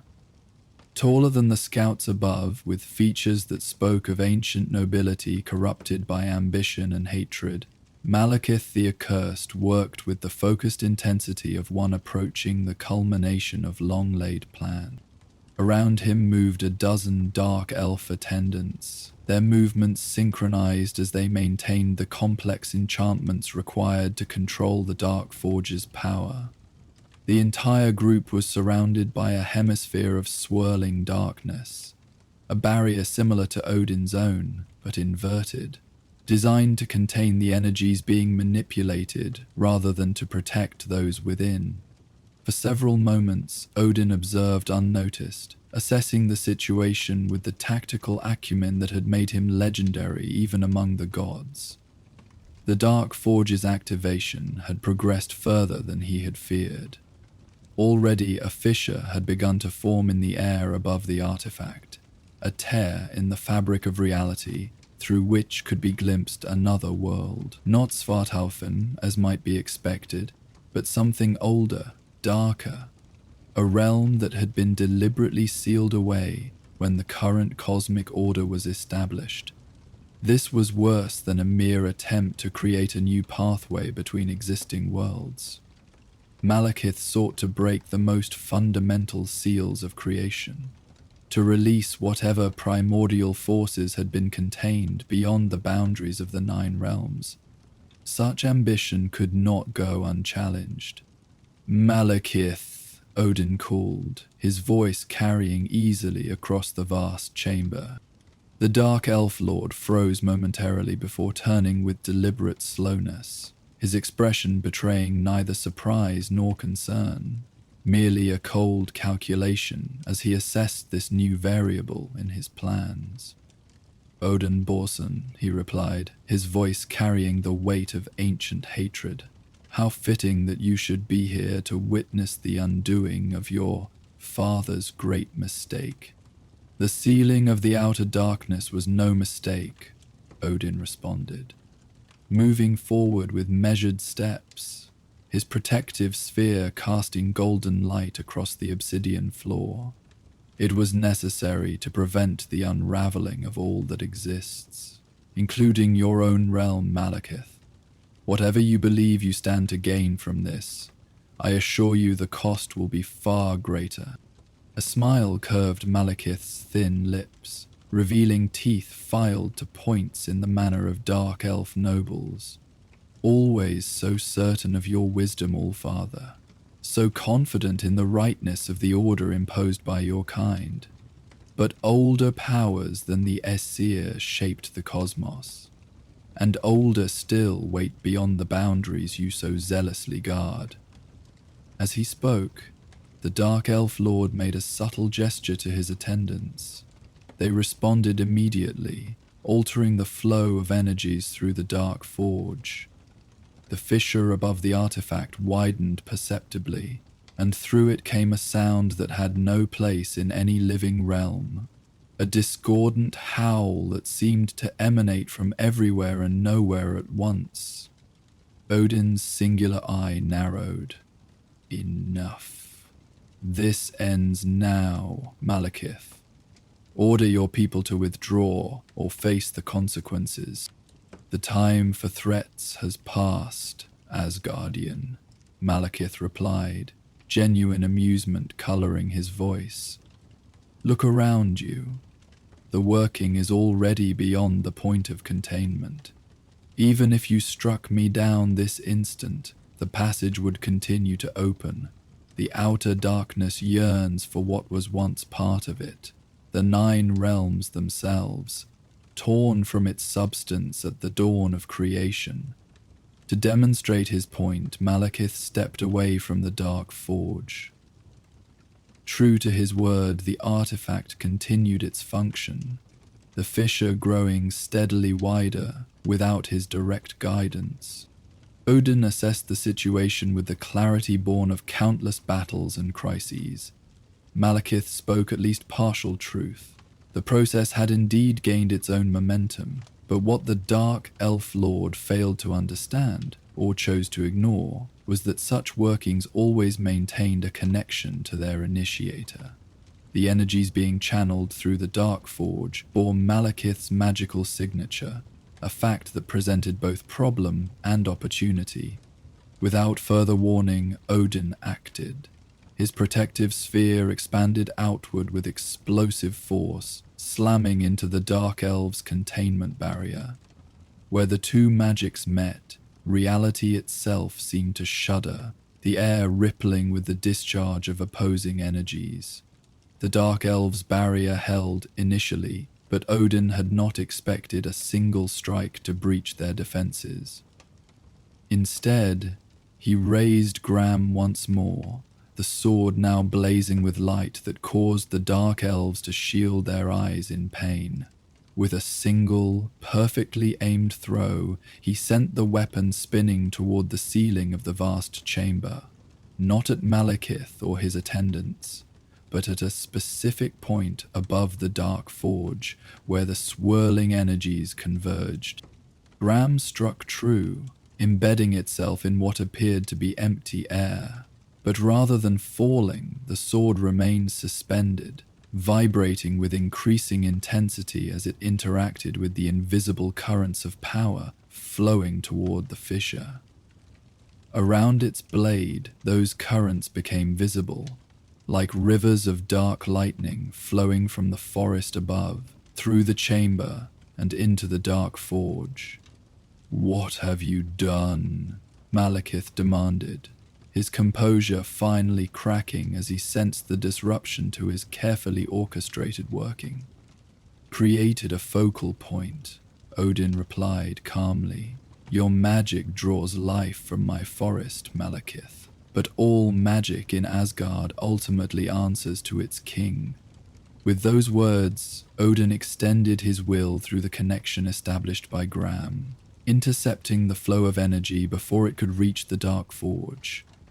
Rather than attempting to halt the flow, which would have been impossible at this stage, he redirected it, creating a circuit that bypassed the forge entirely. The effect was immediate and dramatic. The fissure above the artifact began to fluctuate, expanding and contracting erratically as its power source was intermittently diverted. The howling from beyond took on a different quality, no longer triumphant but frustrated, even pained. Malekith snarled in fury, abandoning his facade of control. "Kill him," he commanded his attendants, who immediately ceased their work on the dark forge and turned their full attention to Odin. A dozen shadow blades materialized in the air around the dark elves, each one trailing tendrils of the same corrupt energy that had infected the forest above. With synchronized movements, they launched these weapons toward Odin, the blades phasing in and out of reality to bypass his protective sphere. Odin made no move to dodge. Instead, he spoke a single word in the Elder tongue, a name that had not been uttered in the 9 realms for millennia. The air around him shimmered, and suddenly he was not alone. Standing beside him, having materialized from seemingly nowhere, were 3 women of ageless beauty and terrible aspect. The Norns, Ur, Verdandi, and Skuld, weavers of fate and guardians of the wells of time. Their arrival sent visible shock through the ranks of the Dark Elves, several of whom actually retreated a step despite Malekith's commands. The shadow blades, meeting the gaze of beings who could see past, present, and future simultaneously, simply ceased to exist. Not destroyed, but rather retroactively removed from the pattern of possibility. "This was not foreseen," Malekith whispered, genuine fear finally entering his voice. "A failure of imagination on your part," Odin replied. "Did you truly believe I would leave one of the dark forges without guardians? The Norns have watched over this place since before Asgard rose from the void." As he spoke, the Norns moved toward the dark forge, their steps perfectly synchronized, their ageless faces betraying no emotion. They made no aggressive moves toward Malekith or his followers, seemingly indifferent to their presence. Instead, they positioned themselves around the artifact, each extending a hand to touch its flowing surface. The effect was immediate. Where their fingers made contact, the liquid darkness of the forge began to solidify, returning to inert stone. The fissure above, now deprived of both its power source and its focus, began to close upon itself, the howling from beyond fading to a whisper, and then to silence. Malekith, seeing his great work unraveling before his eyes, abandoned all restraint. With a cry of pure rage, he drew a blade of his own, not a conjured shadow but a physical weapon of strange, starlight silver metal. He launched himself directly at Odin, moving with the preternatural speed for which dark elves were infamous. But Odin had not survived countless wars and conspiracies by being unprepared. As Malekith closed the distance between them, Odin raised his hand in a gesture of command. Gram, still embedded in the air above, responded instantly to its master's call. The sword tore free from its position and flew across the chamber, intercepting Malekith's charge. The Dark Elf Lord was forced to break his attack, twisting in mid-air to avoid being impaled by the flying blade. Gram shot past him, returning to Odin's waiting hand just as Malekith landed in a defensive crouch several paces away. For a moment, the two ancient rulers regarded each other across the obsidian floor.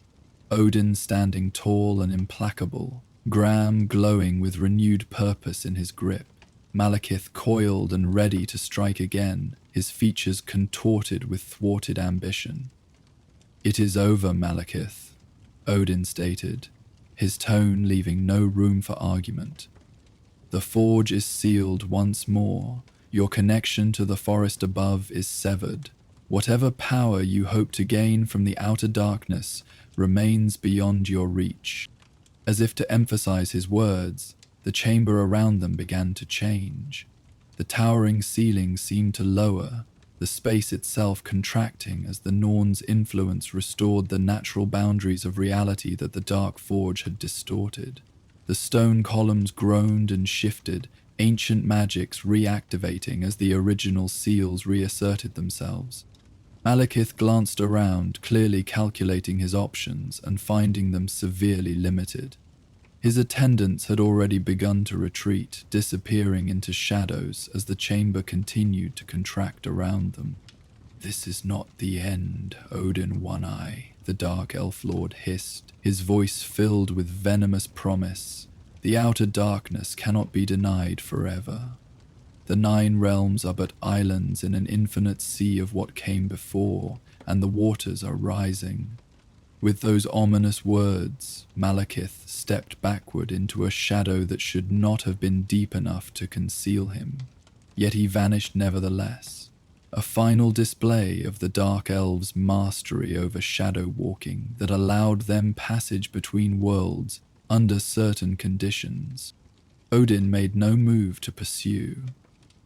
The threat had been neutralized for now, and Malekith would find no easy path back to Asgard in the near future. More importantly, the damage to the Golden Woods needed to be addressed before it became irreversible. The Norns, their work with the Dark Forge complete, turned toward Odin with their ageless gazes. No words were exchanged. None were needed between beings who had known each other since the earliest days of creation. With synchronized nods of acknowledgement, the three faded from view, returning to their eternal vigil at the wells of time.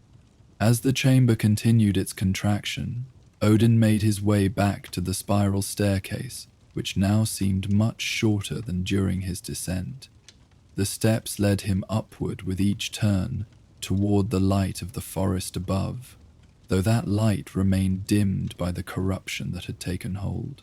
When he emerged once more into the clearing with the split hill, Odin found the passage behind him sealing itself, the earth knitting together as if the opening had never existed. The shadow tendrils had vanished completely, though their effect on the surrounding trees remained visible in blackened leaves and dulled bark. Without hesitation, Odin moved to the center of the clearing, directly above where the Dark Forge had stood. There he knelt and placed both palms flat against the ground. Gram laid carefully beside him. Closing his eye, he reached deep into the essence of Asgard itself, not as its king, but as its guardian, as the being whose life force was inextricably bound with the realm's own existence.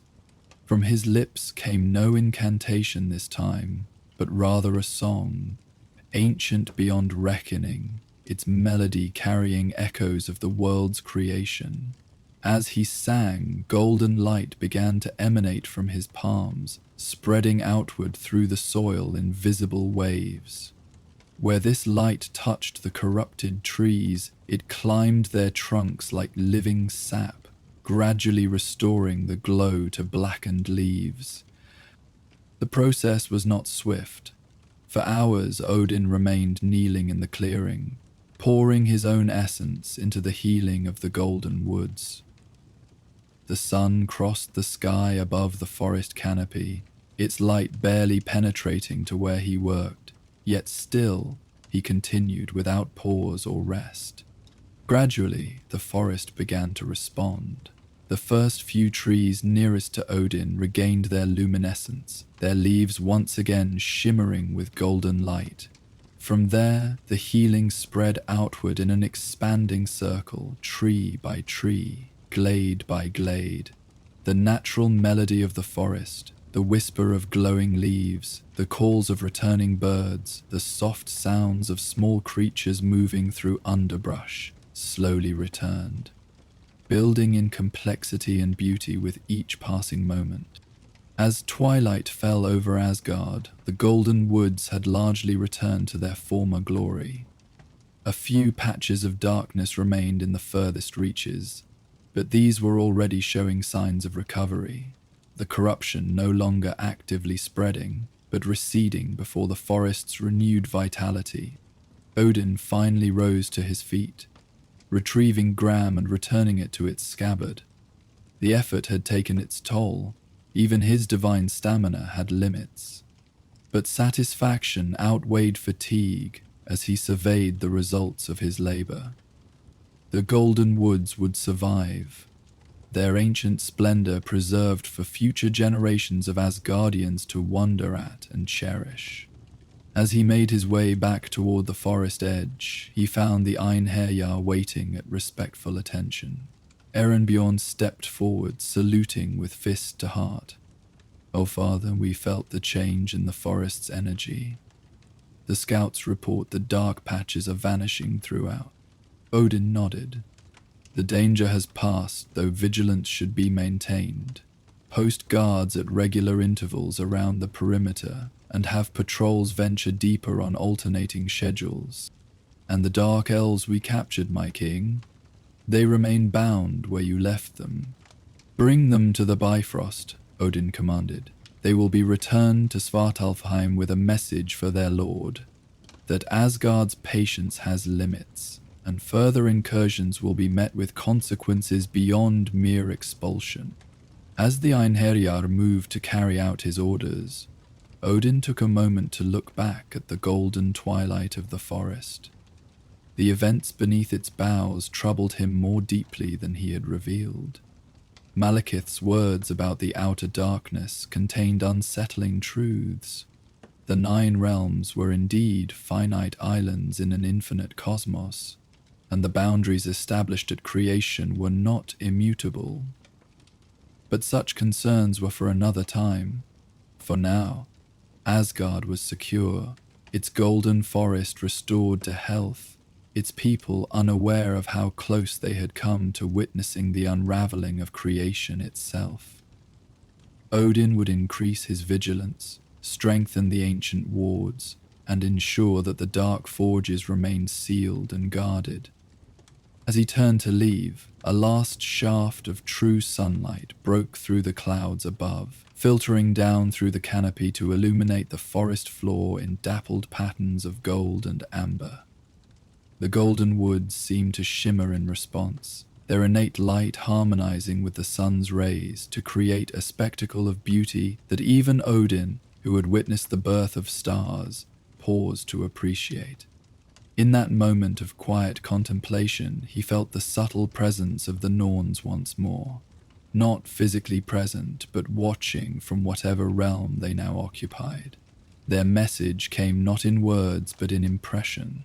A warning, a reassurance, and a reminder that even the All-Father was subject to the greater patterns they wove. Odin acknowledged their communication with a slight nod.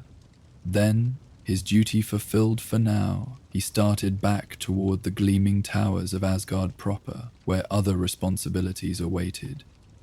The forest behind him continued its gentle symphony of light and sound. Another day of eternity passing in the realm of the gods. In the golden halls of Asgard, where eternal summer bathed the realm of the gods in perpetual warmth, Odin Allfather sat upon his throne. Hlidskjalf, his singular eye closed in deep concentration. The vast chamber was empty save for his two ravens, Hugin and Munin, who perched on the ornate armrests beside him. Their normally restless forms were unusually still, as if they too were caught in the same meditative trance that held their master. For 3 days and 3 nights Odin had remained thus, his consciousness traveling far beyond his physical form, ranging across the 9 realms connected by the great world tree, Yggdrasil. This was no idle exploration, but a deliberate searching, prompted by dreams that had disturbed his slumber for a fortnight, visions of ancient ice cracking, of something vast and primordial stirring from slumber older than memory itself. When at last Odin's eye opened, the ravens immediately took flight, circling the high ceiling of the throne room before returning to settle once more at his side. They seemed agitated, reflecting the disquiet that now showed plainly on their master's weathered face. "So it is as I feared," he murmured, his deep voice barely above a whisper, yet somehow filling the entire hall. The dreams were warnings, not mere phantoms of sleep. Rising from his throne with fluid grace that belied his apparent age, Odin moved to a nearby balcony that overlooked the shimmering expanse of Asgard. The sight would have inspired awe in any other being. Golden spires rising toward a perfect sky, the rainbow bridge of Bifrost stretching to the horizon, lush gardens and crystal streams flowing through a landscape of impossible beauty. But Odin's gaze passed over these wonders unseeing. His thoughts turned inward to the knowledge he had gained during his meditative journey. Something ancient had awakened in the frozen depths of Niflheim, the primordial realm of ice and mist that had existed before even Asgard's creation. A creature so old it had no name in any living tongue, born from the same chaotic energies that had given rise to Ymir, the first frost giant, from whose dismembered body the cosmos had been shaped. This being was not merely dangerous, it was an affront to the ordered universe, a remnant of primordial chaos that should have been banished when the 9 realms were formed from the void. Its stirring threatened everything, not through malice or intent, but simply through its nature. Like a stone cast into still water, its movements sent ripples through the fabric of reality, disrupting the delicate balance maintained by the Norn's weaving. Odin knew he must act swiftly. Already the creature had begun to affect its surroundings, causing the ancient ice of Niflheim to crack and shift for the first time in eons. If allowed to fully awaken and emerge, it would bring with it echoes of the pre-creation void, potentially unraveling portions of the cosmos that had been carefully ordered at the dawn of time. With decision made, Odin returned to his private chambers to prepare for the journey. This would be no ordinary hunt, no simple matter of strength overcoming strength. The creature's age and nature made it immune to many of the powers Odin might typically wield. This would require cunning, patience, and ultimately, perfect timing. As he donned armor forged specifically for the bitter cold of Niflheim, plates of enchanted silver over layers of fur from beasts long extinct in the 9 realms, Odin was interrupted by a soft knock at his chamber door. "Enter," he commanded, securing a clasp at his shoulder. The door opened to reveal a tall, lithe figure, clad in the distinctive armor of the Valkyries, the shield maidens who served as Odin's elite warriors and collectors of the worthy dead.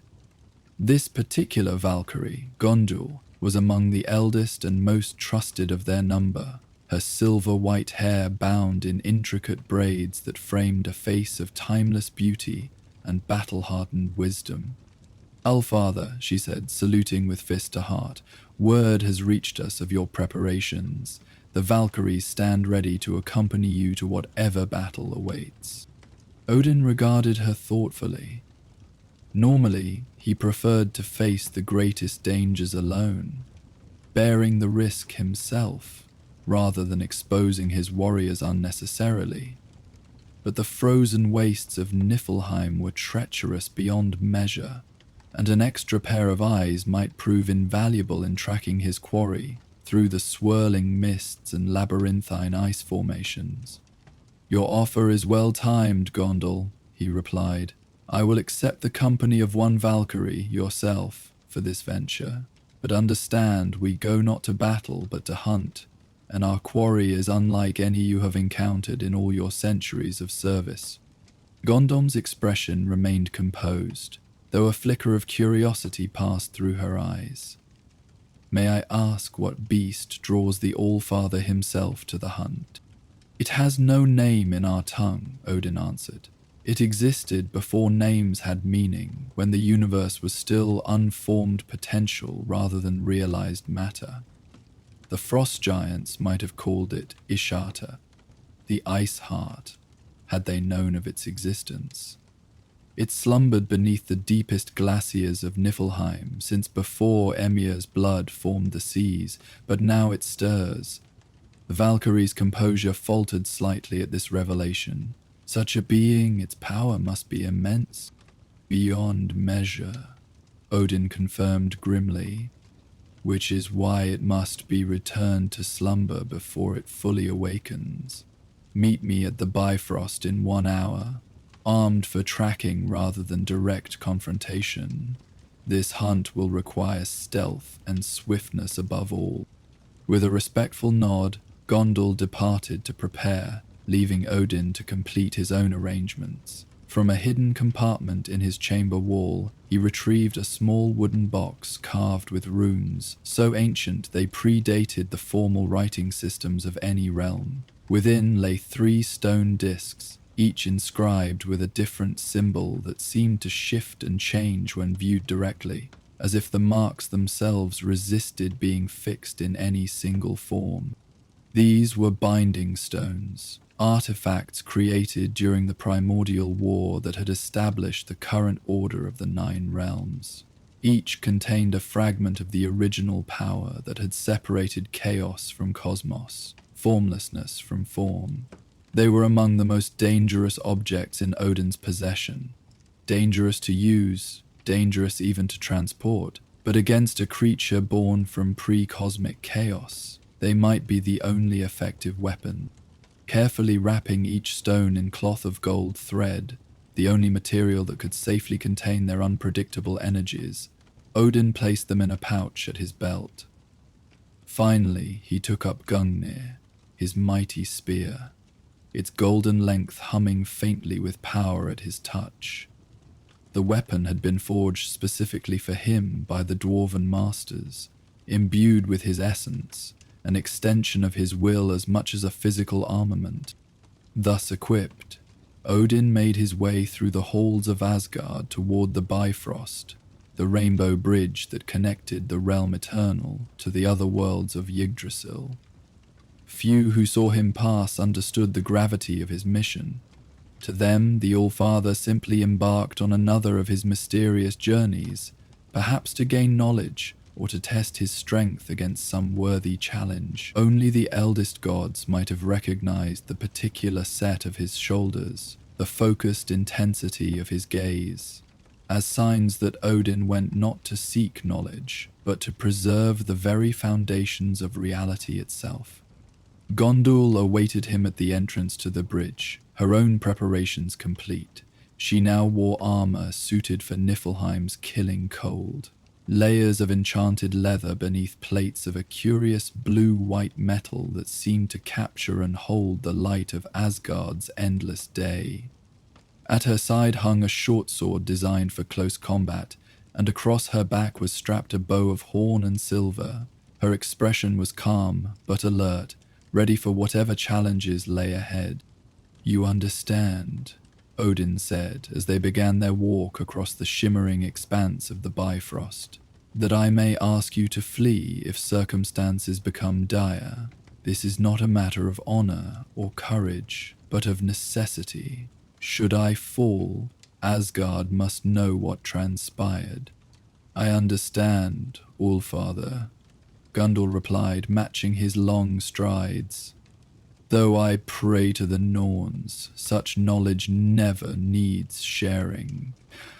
Their journey took them to Heimdall, the ever-vigilant guardian of the Bifrost, whose golden eyes soar across all realms, and whose ears could hear the growth of grass and the fall of snow. The towering figure bowed his head respectfully as they approached. "You seek passage to Niflheim," he stated, rather than asked, already aware of their destination through his extraordinary senses. "Yes," Odin confirmed, "and we require precision in our arrival point. Not the outer reaches where the dead wander, but the deepest heart of the realm, where the original ice still stands, untouched since the dawn of creation." Heimdall's expression betrayed a flicker of concern. "I can send you there, my king, but I must warn you. My sight grows clouded when I attempt to penetrate those depths. Something interferes with even my vision. Something old and resistant to being observed." "That is precisely what we seek," Odin replied grimly. "Keep watch as best you can, Heimdall. If we do not return within 3 days, inform the Council of Elders what you know." With a solemn nod, Heimdall raised his greatsword, Hofund, and inserted it into the mechanism that controlled the Bifrost's power. The bridge's rainbow energies surged, focusing into a brilliant beam that enveloped Odin and Gondul, transporting them across the vast cosmic distances that separated Asgard from the primordial realm of ice. The transition between worlds was instantaneous yet somehow eternal, a moment stretched beyond normal perception as their beings were converted to pure energy, hurled across the branches of Yggdrasil and reconstructed in their destination. When the blinding light faded, the warm golden halls of Asgard were gone, replaced by a landscape of such hostile beauty that it momentarily stole the breath from their lungs. Niflheim stretched before them, a realm of eternal winter where ice had been the first substance to exist, where cold itself had gained consciousness before any living thing had drawn breath. Vast glaciers rose like mountain ranges, their translucent surfaces refracting what little light penetrated this ancient place into prismatic displays that danced across fields of snow untouched by any footprint. The sky, if it could be called such, was a swirling mass of grey and white, neither clouds nor mist but something between the two, occasionally parting to reveal glimpses of stars that shone with a cold, distant light, unlike the warm twinkle visible from other realms. But it was the silence that struck them most profoundly. Niflheim existed in a state of perfect acoustic suspension, where even the smallest sound seemed to travel for miles before fading. Their breathing, the creak of their armor, the soft crunch of snow beneath their boots, all seemed amplified to an almost painful degree in the frozen stillness. "We stand at the edge of the deep ice," Odin said, his voice deliberately quiet yet still carrying far beyond normal range. "The glaciers before us date from the first moments of creation, formed from Ymir's frozen tears according to the oldest legends." Gondul surveyed the terrain with the practiced eye of a warrior who had crossed countless battlefields. "And our quarry lies somewhere within? How do we track something that leaves no trail, that has no scent for hounds to follow?" In response, Odin knelt and placed his palm flat against the snow-covered ground. Closing his eye, he extended his consciousness downward, through layers of ice and rock, seeking the distinctive disturbance in reality's fabric that the awakening creature emanated. After several long moments, he rose. "Northeast," he said, pointing toward a particularly massive glacier whose blue-white bulk seemed to shift and change when viewed from different angles. The ice speaks of movement beneath it, of ancient dreams turning restless. The creature still slumbers, but fitfully now. We have perhaps a day before it fully wakes. Without waiting for response, Odin began moving toward the glacier, his strides long and purposeful despite the difficult terrain. Gondal followed close behind, her senses alert for any sign of danger. In Niflheim, threats could come from the environment itself. Crevasses hidden beneath deceptive snow bridges, avalanches triggered by the slightest vibration, even the air itself, which could freeze lungs if inhaled too deeply. As they approached the glacier, the quality of light around them changed subtly. The swirling mists overhead thickened, dimming the already faint illumination until visibility was reduced to a few dozen yards. Simultaneously, the temperature dropped noticeably, falling from merely frigid to a bone-deep cold that would have killed any mortal instantly. The creature's presence affects its surroundings even in sleep, Odin observed, his breath visible as crystalline clouds. It draws in cold, concentrates it, as a living being concentrates heat.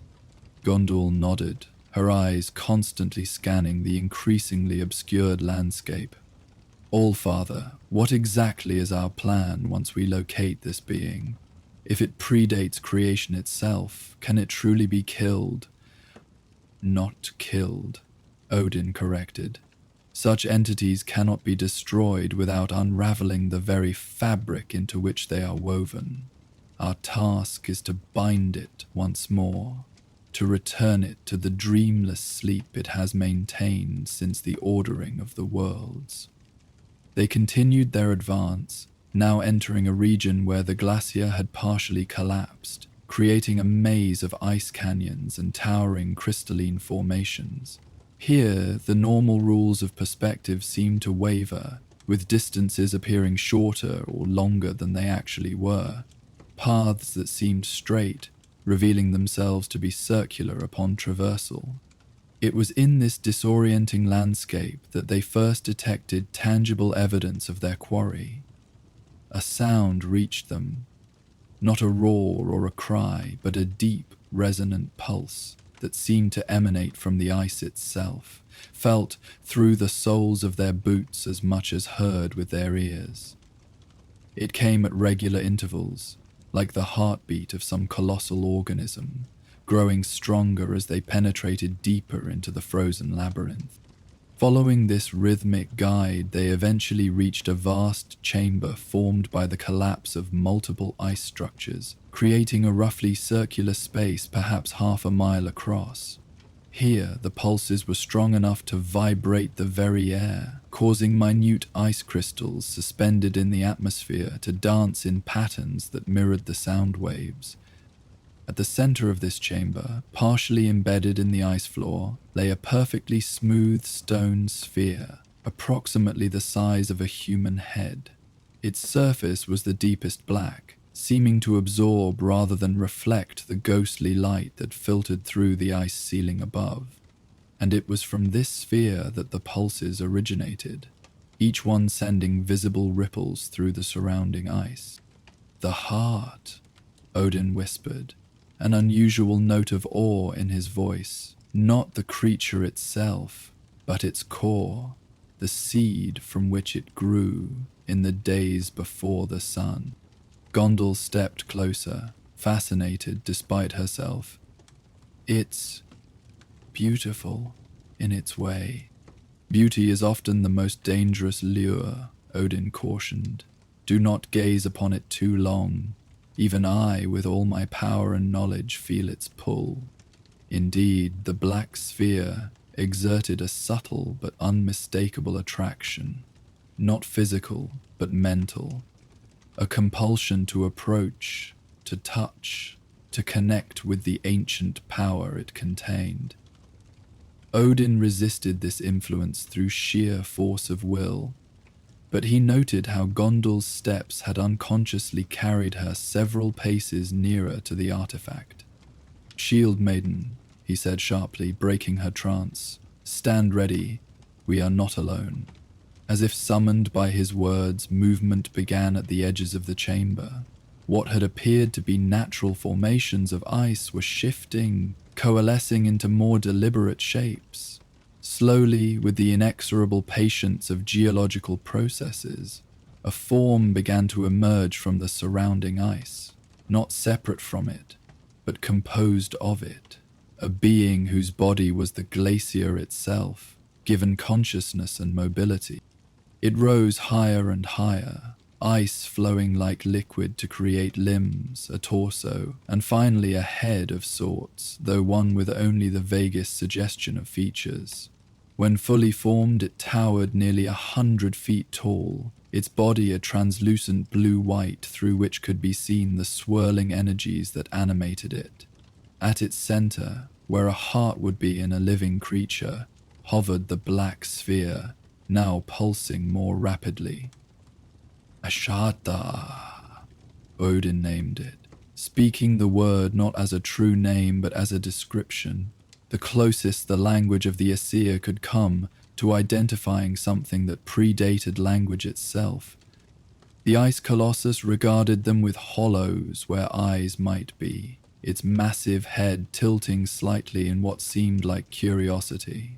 For a long moment, nothing moved in the vast chamber, save the constant swirling of energies within the creature's translucent form. Then, without warning or apparent hostility, it turned away from them and began moving toward the far side of the chamber, each step causing the entire glacier to tremble. Its intention seemed clear. It was leaving, heading toward the outer boundaries of Niflheim and, eventually, beyond. "It must not be allowed to cross into other realms," Odin said urgently. "The fabric between worlds is too thin in places. If it breaches those boundaries, the damage could be irreparable." Without hesitation, he raised Gungnir and spoke a word of power that echoed throughout the chamber like thunder. A bolt of golden energy shot from the spear's tip, striking the ice colossus squarely in what would be the back of its neck on a humanoid being. The energy didn't damage the creature so much as it caught its attention, causing it to halt its progress and slowly turn back toward them. Now there was a definite sense of awareness in its eyeless gaze, an assessment that felt colder than the surrounding ice. The black sphere at its core pulsed faster still, each beat sending visible shockwaves through its translucent body. "We must separate the heart from its constructed form," Odin told Gondal, his voice low but urgent. "The binding can only work on the core itself, not the ice it manipulates." The Valkyrie nodded, understanding immediately. With fluid grace, she unslung her bow and nocked a silver-tipped arrow. "I will create a diversion, Allfather. Prepare your binding." Before Odin could respond, Gondor had already loosed her first arrow, its enchanted tip finding its mark with unerring accuracy. The missile struck the ice colossus just below the black sphere, the impact creating a web of cracks that spread outward from the point of contact. The creature reacted with surprising speed for something so massive, one great arm sweeping across its body to brush away the irritant. Gondal was already moving, using the icy terrain to her advantage as she fired arrow after arrow from different positions, each one striking precisely where the previous impact had weakened the creature's form. It was a masterful display of tactical archery, forcing the colossus to divide its attention, to twist and turn as it tried to locate and eliminate this swift-moving threat. Meanwhile, Odin had begun his preparations. From the pouch at his belt, he removed the 3 binding stones, their shifting runes now pulsing in time with the black sphere at the creature's core. Placing them on the ice before him in a triangular pattern, he began to speak words in a language older than any still used in the 9 realms. The original tongue of creation, in which sound and meaning were inseparably entwined with the fabric of reality itself. As he spoke, the runes on the stones stabilized, no longer shifting but fixing into specific forms that glowed with inner light. Lines of power began to extend between the stones, forming a triangular field of energy that rose into the air like an invisible net, waiting to be cast. The ice colossus, increasingly agitated by Gondul's continued attacks, suddenly changed tactics. Rather than attempting to strike her directly, it plunged one massive arm into the glacier floor. Immediately, the entire chamber began to shake violently, great cracks appearing throughout the ice as the creature exerted its will over the substance of its body. "It's going to bring down the entire glacier," Gondul called out, barely maintaining her footing as the ice beneath her buckled and heaved. Odin, his concentration fixed on the binding ritual, gave no indication that he had heard. The energy field between the stones had now risen to form a complete pyramid of power, its apex directed toward the black sphere within the ice colossus. One final word would activate the binding, but he needed a clear line of effect. The creature's ice body currently shielded the heart too effectively. Understanding the situation without needing instruction, Gondul made a calculated risk.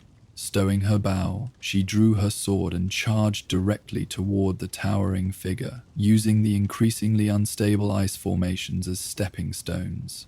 The Colossus, sensing a more direct threat, turned its full attention toward her, momentarily ceasing its systematic destruction of the chamber.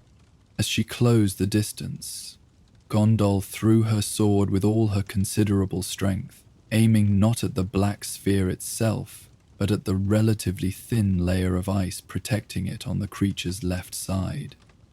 The blade, forged in the heart of a dying star and quenched in the waters of Mimir's well, struck true, embedding itself deep in the translucent body.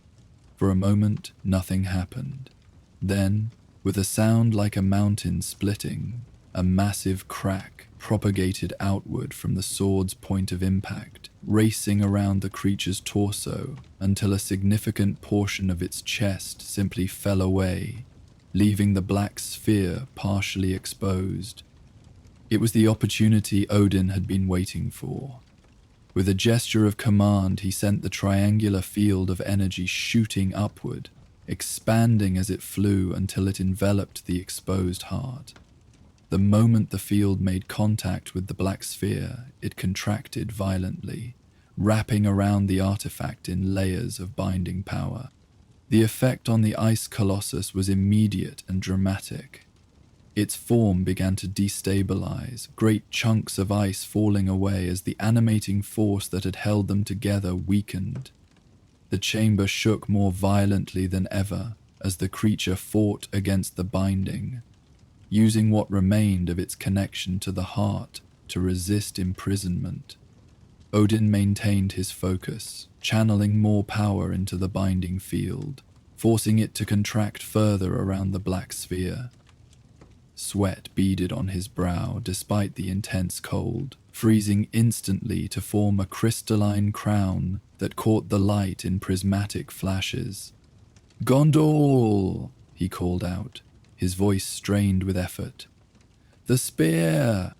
Understanding instantly, the Valkyrie fought her way across the disintegrating chamber floor to where Gunnar lay, temporarily abandoned as Odin focused all his concentration on the binding.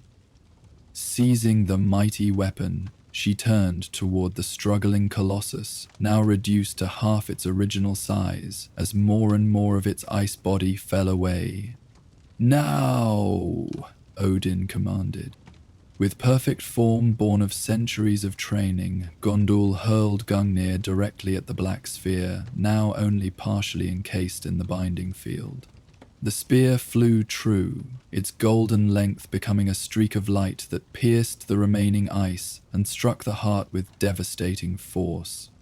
There was no explosion, no dramatic release of power, only a sudden, absolute stillness that fell over the entire chamber. The black sphere, still wrapped in the binding field and now impaled by Gungnir, hung motionless in the air where the ice colossus had stood. The remaining ice that had formed its body collapsed into mundane chunks and shards, no longer animated by the primordial consciousness. Slowly, gravity reasserted itself. The bound heart began to descend toward the chamber floor, Gungnir still protruding from it like a golden needle through a dark balloon. Odin, his strength partially recovered, approached the artifact with cautious steps, his expression a mixture of relief and grave concern. "Is it done?" Gondul asked, joining him as he stood over the now dormant heart. "Is it bound once more?" "Temporarily," Odin replied, carefully retrieving Gungnir, which came free with surprising ease. "The binding will hold it in stasis, but a more permanent solution must be found. This creature has slumbered since the dawn of time. Something must have disturbed that sleep, something powerful enough to penetrate the layers of reality that separated it from the world."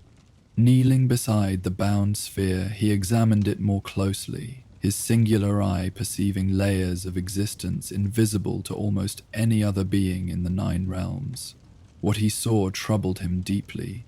Faint traces of familiar energy, remnants of magic that he had encountered recently elsewhere. "Malekith," he murmured, recognition and concern mingling in his voice.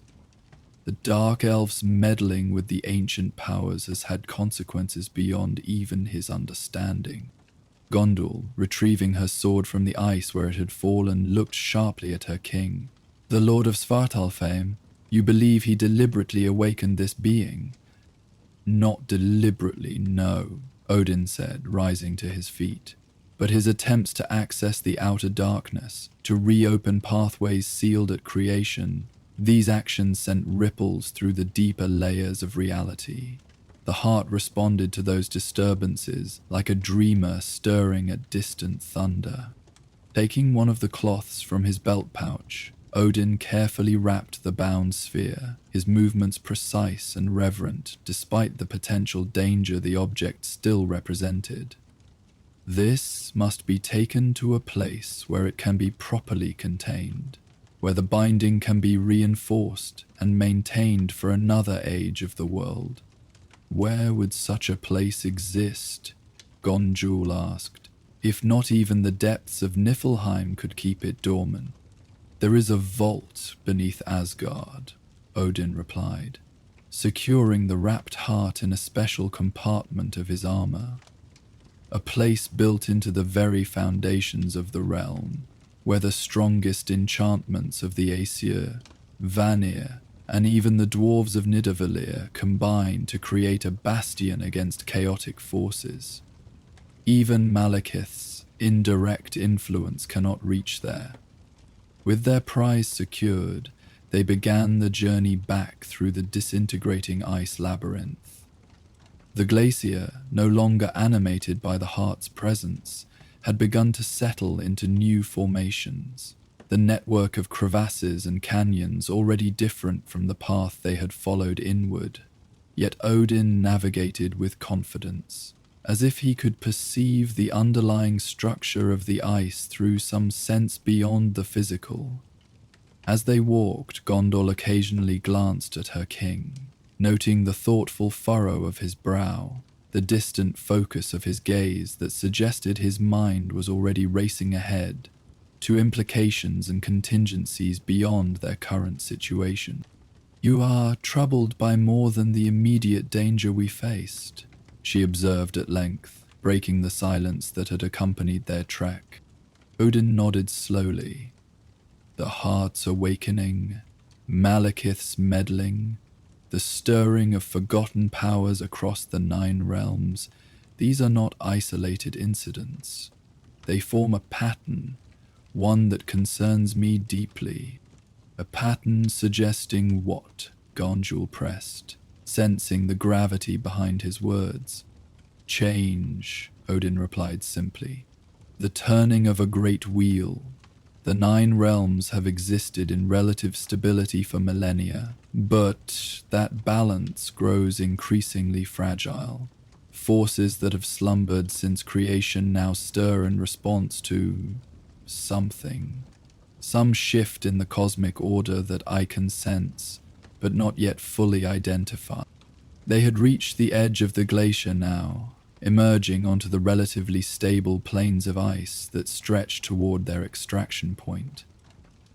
In the distance, the swirling mists of Niflheim parted occasionally to reveal glimpses of stars. Not the familiar constellations visible from Asgard, but older patterns, some of which even Odin with his vast knowledge could not name. Is it the beginning of Ragnarok? Gondor asked quietly, giving voice to the fear that lurked in the minds of all Aesir. The prophesied doom that would one day engulf the 9 realms in fire and darkness. No, Odin said with surprising firmness. Not yet. What we face now is a prelude, perhaps. A testing of boundaries. The old powers sense weakness in the walls that separate order from chaos, and they press against those boundaries, seeking entry points.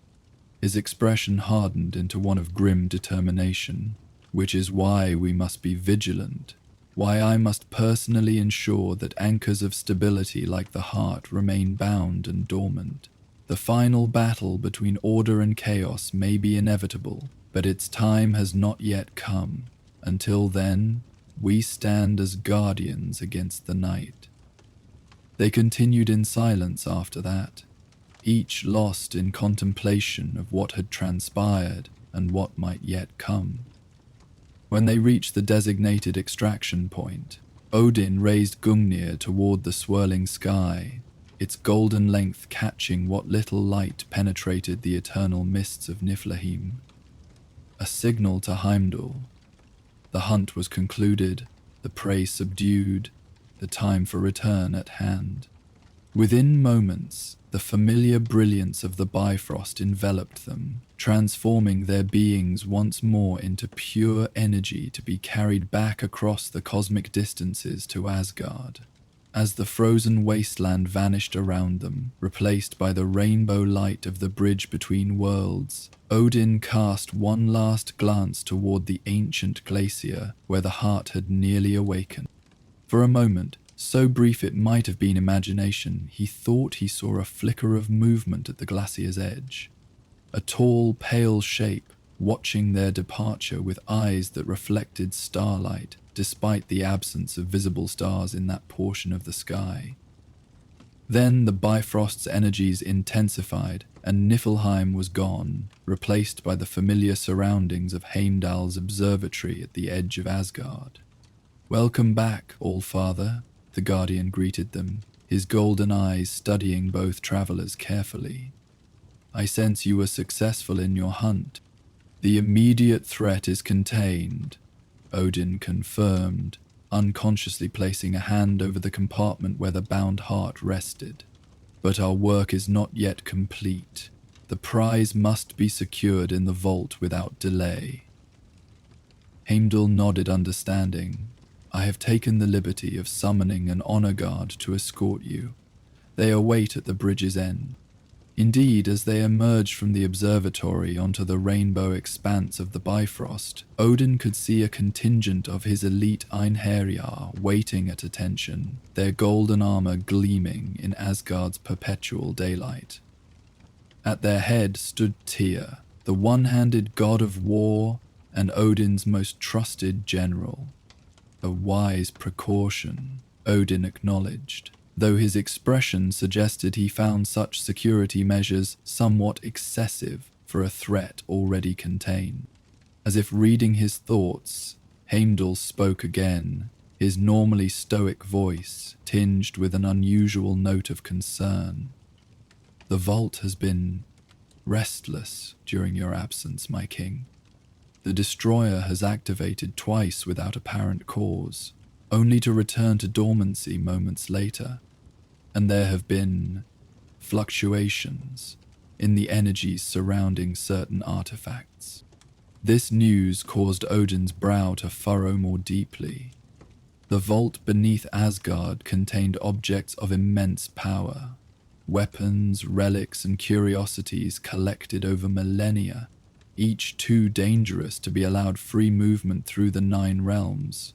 The destroyer was its guardian, an enchanted suit of armor that operated autonomously to protect the vault's contents. For it to activate without obvious threat was troubling indeed.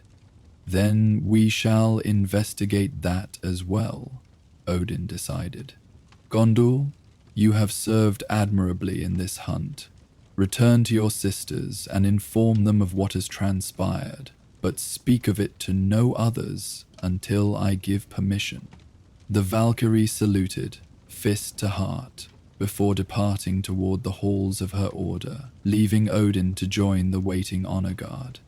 As they began the journey across the Bifrost toward Asgard proper, he found his thoughts returning to that brief glimpse he had caught as they departed Niflheim.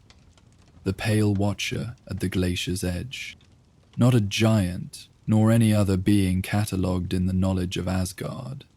Something older, perhaps kin to the heart itself, observing the removal of its ancient companion with emotions beyond mortal or even divine comprehension. A reminder that for all his power and wisdom, there remained depths to the cosmos that even Odin Allfather had yet to fully explore or understand. The procession reached the Golden City, moving through streets where curious citizens paused in their daily activities to watch their king pass. Few would understand the true significance of what had transpired in Niflheim. For them, it was simply another example of Odin's constant vigilance, his willingness to personally address threats to the 9 realms, rather than delegating such tasks to lesser beings. And perhaps that was as it should be, Odin reflected. The burden of knowledge, like the burden of power, was his to bear. Let the people of Asgard continue in their golden existence, unburdened by awareness of how precariously that existence balanced on foundations laid at the dawn of time, foundations that grew increasingly unstable with each passing age. They reached the palace, its towering spires seeming to touch the very sky, its halls vast enough to house armies, yet somehow still maintaining an air of welcome and home. Here was the heart of Asgard, both literally and figuratively, the place from which Odin had ruled for longer than most beings had existed, the center point around which the realm eternal oriented itself. Deeper they went, past public halls and private chambers, down staircases known only to the royal family and their most trusted servants. The air grew cooler, the golden light of Asgard's eternal day replaced by the blue-white glow of enchanted torches that burned without smoke or need for fuel. Finally, they reached a massive door of metal unlike any found in the 9 realms. Neither gold nor silver, iron nor steel, but something that seemed to exist halfway between solid matter and pure energy. "Leave us," Odin commanded the honor guard. "What lies beyond is for my eyes alone." Without question or hesitation, the Einherjar saluted and retreated, leaving Odin alone before the great vault door. He placed his palm against its shimmering surface, speaking words that were less a password than a recognition, the door responding to his unique essence as much as to any specific phrase or gesture. The massive portal dissolved rather than opened, its substance temporarily converting to mist through which Odin passed unhindered. Beyond lay a vast circular chamber, its walls lined with alcoves and display pedestals holding objects of immense power and mysterious origin. Here rested the casket of ancient winters, stolen from the frost giants generations ago. There stood the eternal flame of Muspelheim, burning without fuel since the dawn of creation. In another section waited the Warlock's Eye, a crystal orb that could bend the will of almost any being who gazed upon it. Each artifact emanated its own distinctive energy, creating a complex symphony of power that would have overwhelmed any lesser being than the Allfather himself. At the chamber's center stood the Destroyer, a towering suit of enchanted armor that guarded the vault against intruders. Though currently immobile, its magical awareness acknowledged Odin's presence, the eye slits of its faceless helmet briefly glowing in recognition before dimming once more.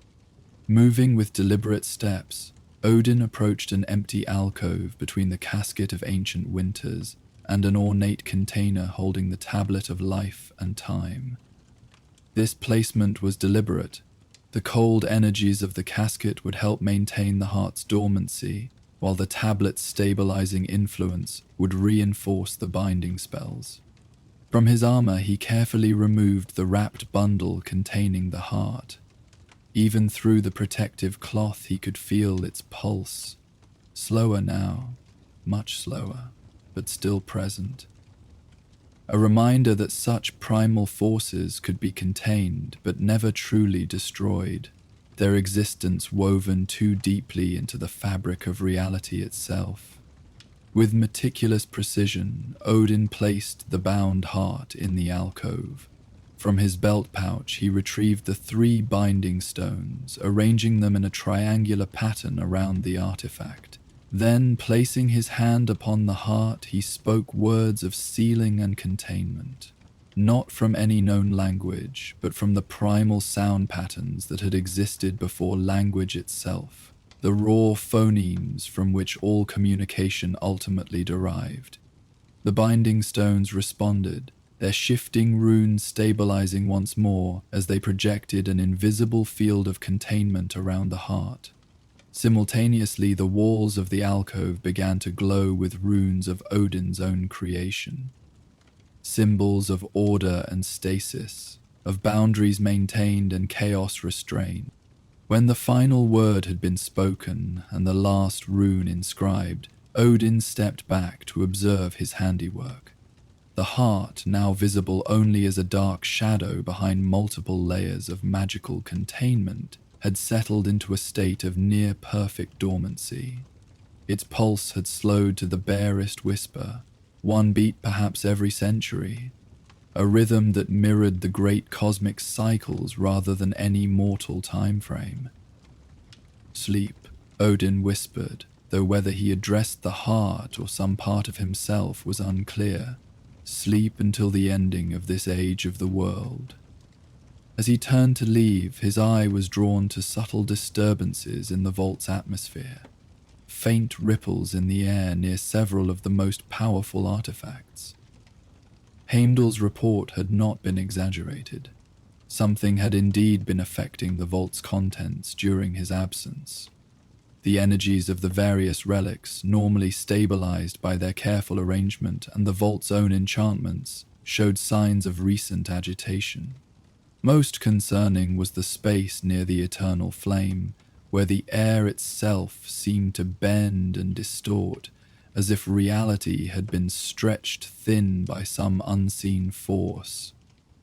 Approaching cautiously, Odin extended his senses beyond the physical, perceiving layers of magical resonance that no other being in Asgard could detect.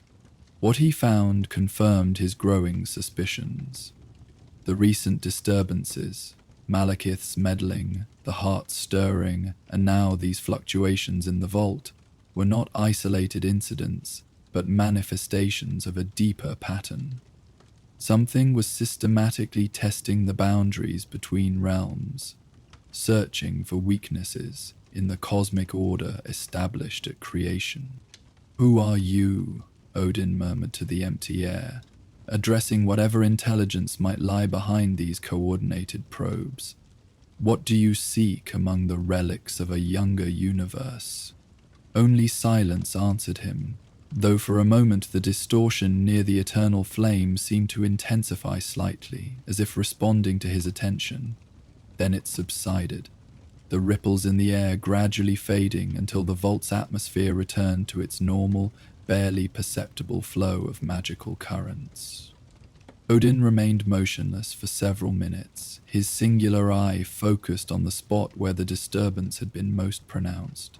Finally, with a slight shake of his head, he turned away. This mystery, like so many others he had encountered across his long existence, would require patience and careful observation to unravel. For now, the immediate threat had been contained. The heart would trouble no one for ages to come. Leaving the vault, he sealed the door behind him with additional enchantments, subtle workings that would alert him to any further disturbances, no matter how slight. The honor guard awaited at the top of the stairs, Tears stepping forward as Odin emerged. "All is secure?" the war god asked, his one remaining hand resting on his sword hilt. "For now," Odin replied, his tone making it clear that further discussion would wait for a more private setting. "Double the guard rotation for the foreseeable future and instruct Heimdall to direct particular attention to any unusual energy patterns within Asgard itself, not merely external threats."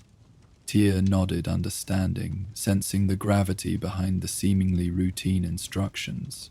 "And yourself, All-Father? Will you now take rest after your hunt?" A faint smile crossed Odin's weathered features.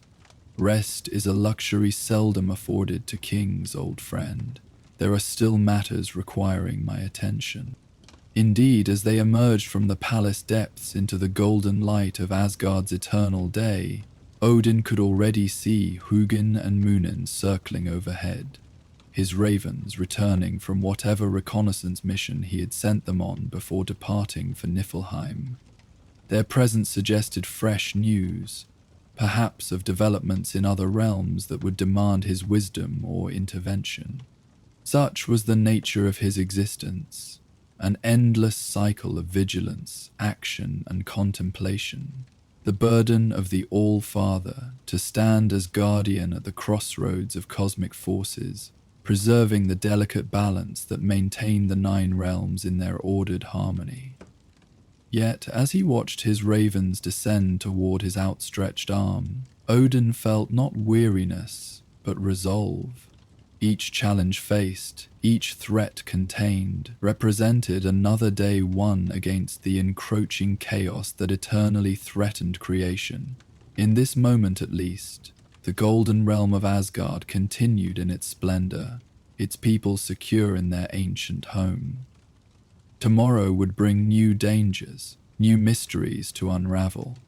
But for now, in the warm light of the eternal realm, even Odin Allfather could find a measure of peace in duties fulfilled and promises kept, in the knowledge that his long vigilance continued to preserve all that he had sworn to protect since taking up the burden of kingship in the dawn of the current age. As Hugin settled on his armored shoulder, whispering secrets gathered from across the cosmos, Odin turned his gaze toward the distant horizon, where the rainbow bridge of Bifrost connected Asgard to all other worlds.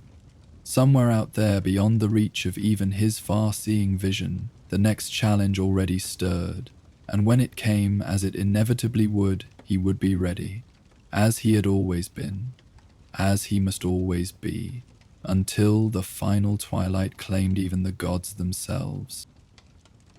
Our Viking tale has now concluded. You will now hear the peaceful sounds of a crackling fire and gentle ambient noises that will continue throughout the night without any interruptions, helping you drift into a deep and restful sleep. May the stars of the northern sky watch over you, and may you find peaceful rest until the morning light. Sleep well, and good night.